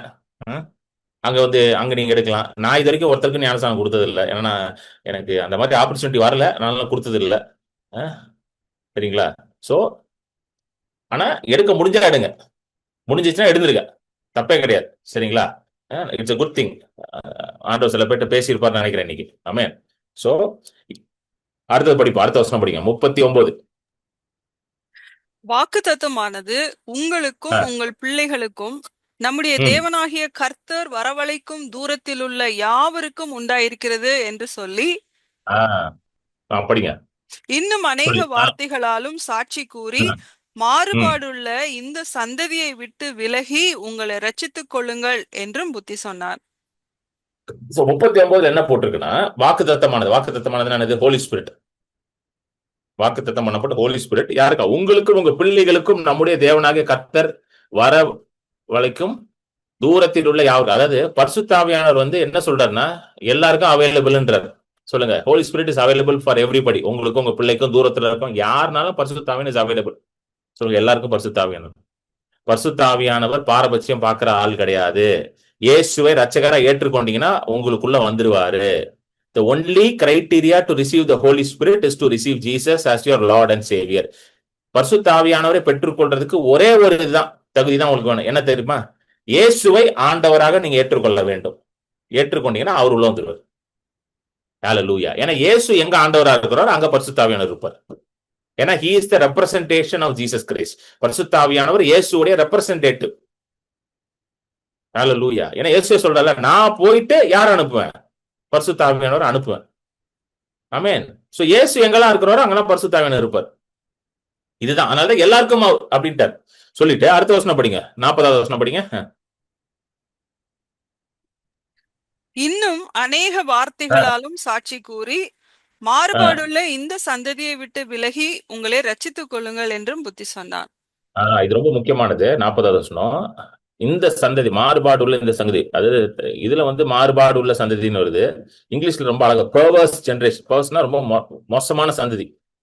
இதுல இருந்து உன்னை ரட்சித்துக் கொள்ள அப்படின்னு என்ன அர்த்தம்னா, இதோட கலந்து நீ இருக்காதன்றார் ஆண்டவர். இது வந்து கொஞ்சம் நிறைய பேசணும் இதுல, பட் நமக்கு டைம் ஆயிருச்சு. I think will finish now. சரிங்களா? இதை பத்தி நான் அடுத்த வாரம் நான் இதை பத்தி நிறைய காரியங்கள் பேச வேண்டியது இருக்கு. இந்த to be saved from the perverse generation, அதாவது இந்த மாறுபாடான இந்த துர்மார்க்கமான சந்ததியிலிருந்து நம்மளை எப்படி காப்பாற்றிக் கொள்வது அப்படின்றது வந்து நிறைய காரியங்கள் இருக்கு. இதை நம்ம அடுத்த இதுல பேசுவோம். ஆமென். இந்த ஊழியத்துல உங்களோட காணிக்கைகளை கொடுக்க இந்த வழிகளை யூஸ் பண்ணி நீங்க கொடுக்கலாம். ஸோ நீங்க கர்த்தருக்காக விதைக்கணும், கர்த்தரை நீங்க கனப்படுத்தணும், வார்த்தையை கனப்படுத்தணும் என்பதற்காக நீங்க இந்த காணிக்கைகளை கொடுக்கலாம். வேதம் சொல்லுகிறது, உன்னுடைய எல்லா முதல் பலனாலும் உன்னுடைய எல்லா விளைச்சல்னாலும் கர்த்தரை கனம் பண்ணு, அப்பொழுது உன்னுடைய ஆலைகளில புதிய திராட்சரசம் புரண்டோடும் உன்னுடைய இதெல்லாம் நிரம்பி இருக்கும், பண்டசாலைகள் நிரம்பி இருக்கும் என்று வேதம் வாக்கு பண்ணுகிறது. ஆமென். ஸோ நீங்க கொடுக்கும் பொழுது கர்த்தரை கனம் பண்ணி கொடுக்கிறீர்கள். இந்த ஊழியத்தின் மூலம் ஆசீர்வதிக்கப்பட்டிருக்கிறீங்க. இந்த ஊழியத்தின் மூலம் இன்னும் அநேகர் ஆசீர்வதிக்கப்படுறோம். Hallelujah. My ministry is an evangelistic ministry. என்னோட ஊழியம் சுவிசேஷ ஊழியம், அநேகருக்கு போய் சுவிசேஷத்தை அறிவிக்கிற ஒரு ஊழியம். ஸோ அது அநேகருக்கு சுவிசேஷம் போகணும், அதற்கு நான் ஒரு பங்குதாரராக இருக்கணும். I want to partner with the gospel என்று நீங்க விசுவாசிக்கிறீங்க என்றால் நீங்க கொடுக்கலாம் என்று நான் உங்களை உற்சாகப்படுத்துகிறேன். ஸோ கொடுக்கறதுக்கான வழிகள் உங்களுக்கு முன்பதாக இருக்கிறது. ஸோ ஸ்கேன் பண்ணீங்கன்னா நீங்க கூகுள் பே, ஃபோன்பே, மற்ற யூபிஐ மூலமா கொடுக்கலாம். So UPI mobile number 9884160264. இல்ல டைரக்டா பேங்க் ட்ரான்ஸ்ஃபர் பண்ணணும்னா நீங்க பண்ணலாம். Name Kevin Paul JJ, account number 021201584236, IFSC code ICIC 00000212, account type savings bank, ICICI bank limited, branch Chennai Santhome. Amen. So நீங்க கொடுத்துட்டு நீங்க எனக்கு ஒரு ஸ்கிரீன்ஷாட் அனுப்பி விடுங்க. நான் உங்களுக்கு ஒரு அக்னாலஜ்மெண்ட் மெசேஜ் அனுப்பி விடுறேன். கர்த்தர் உங்களை ஆசீர்வதிப்பாராக.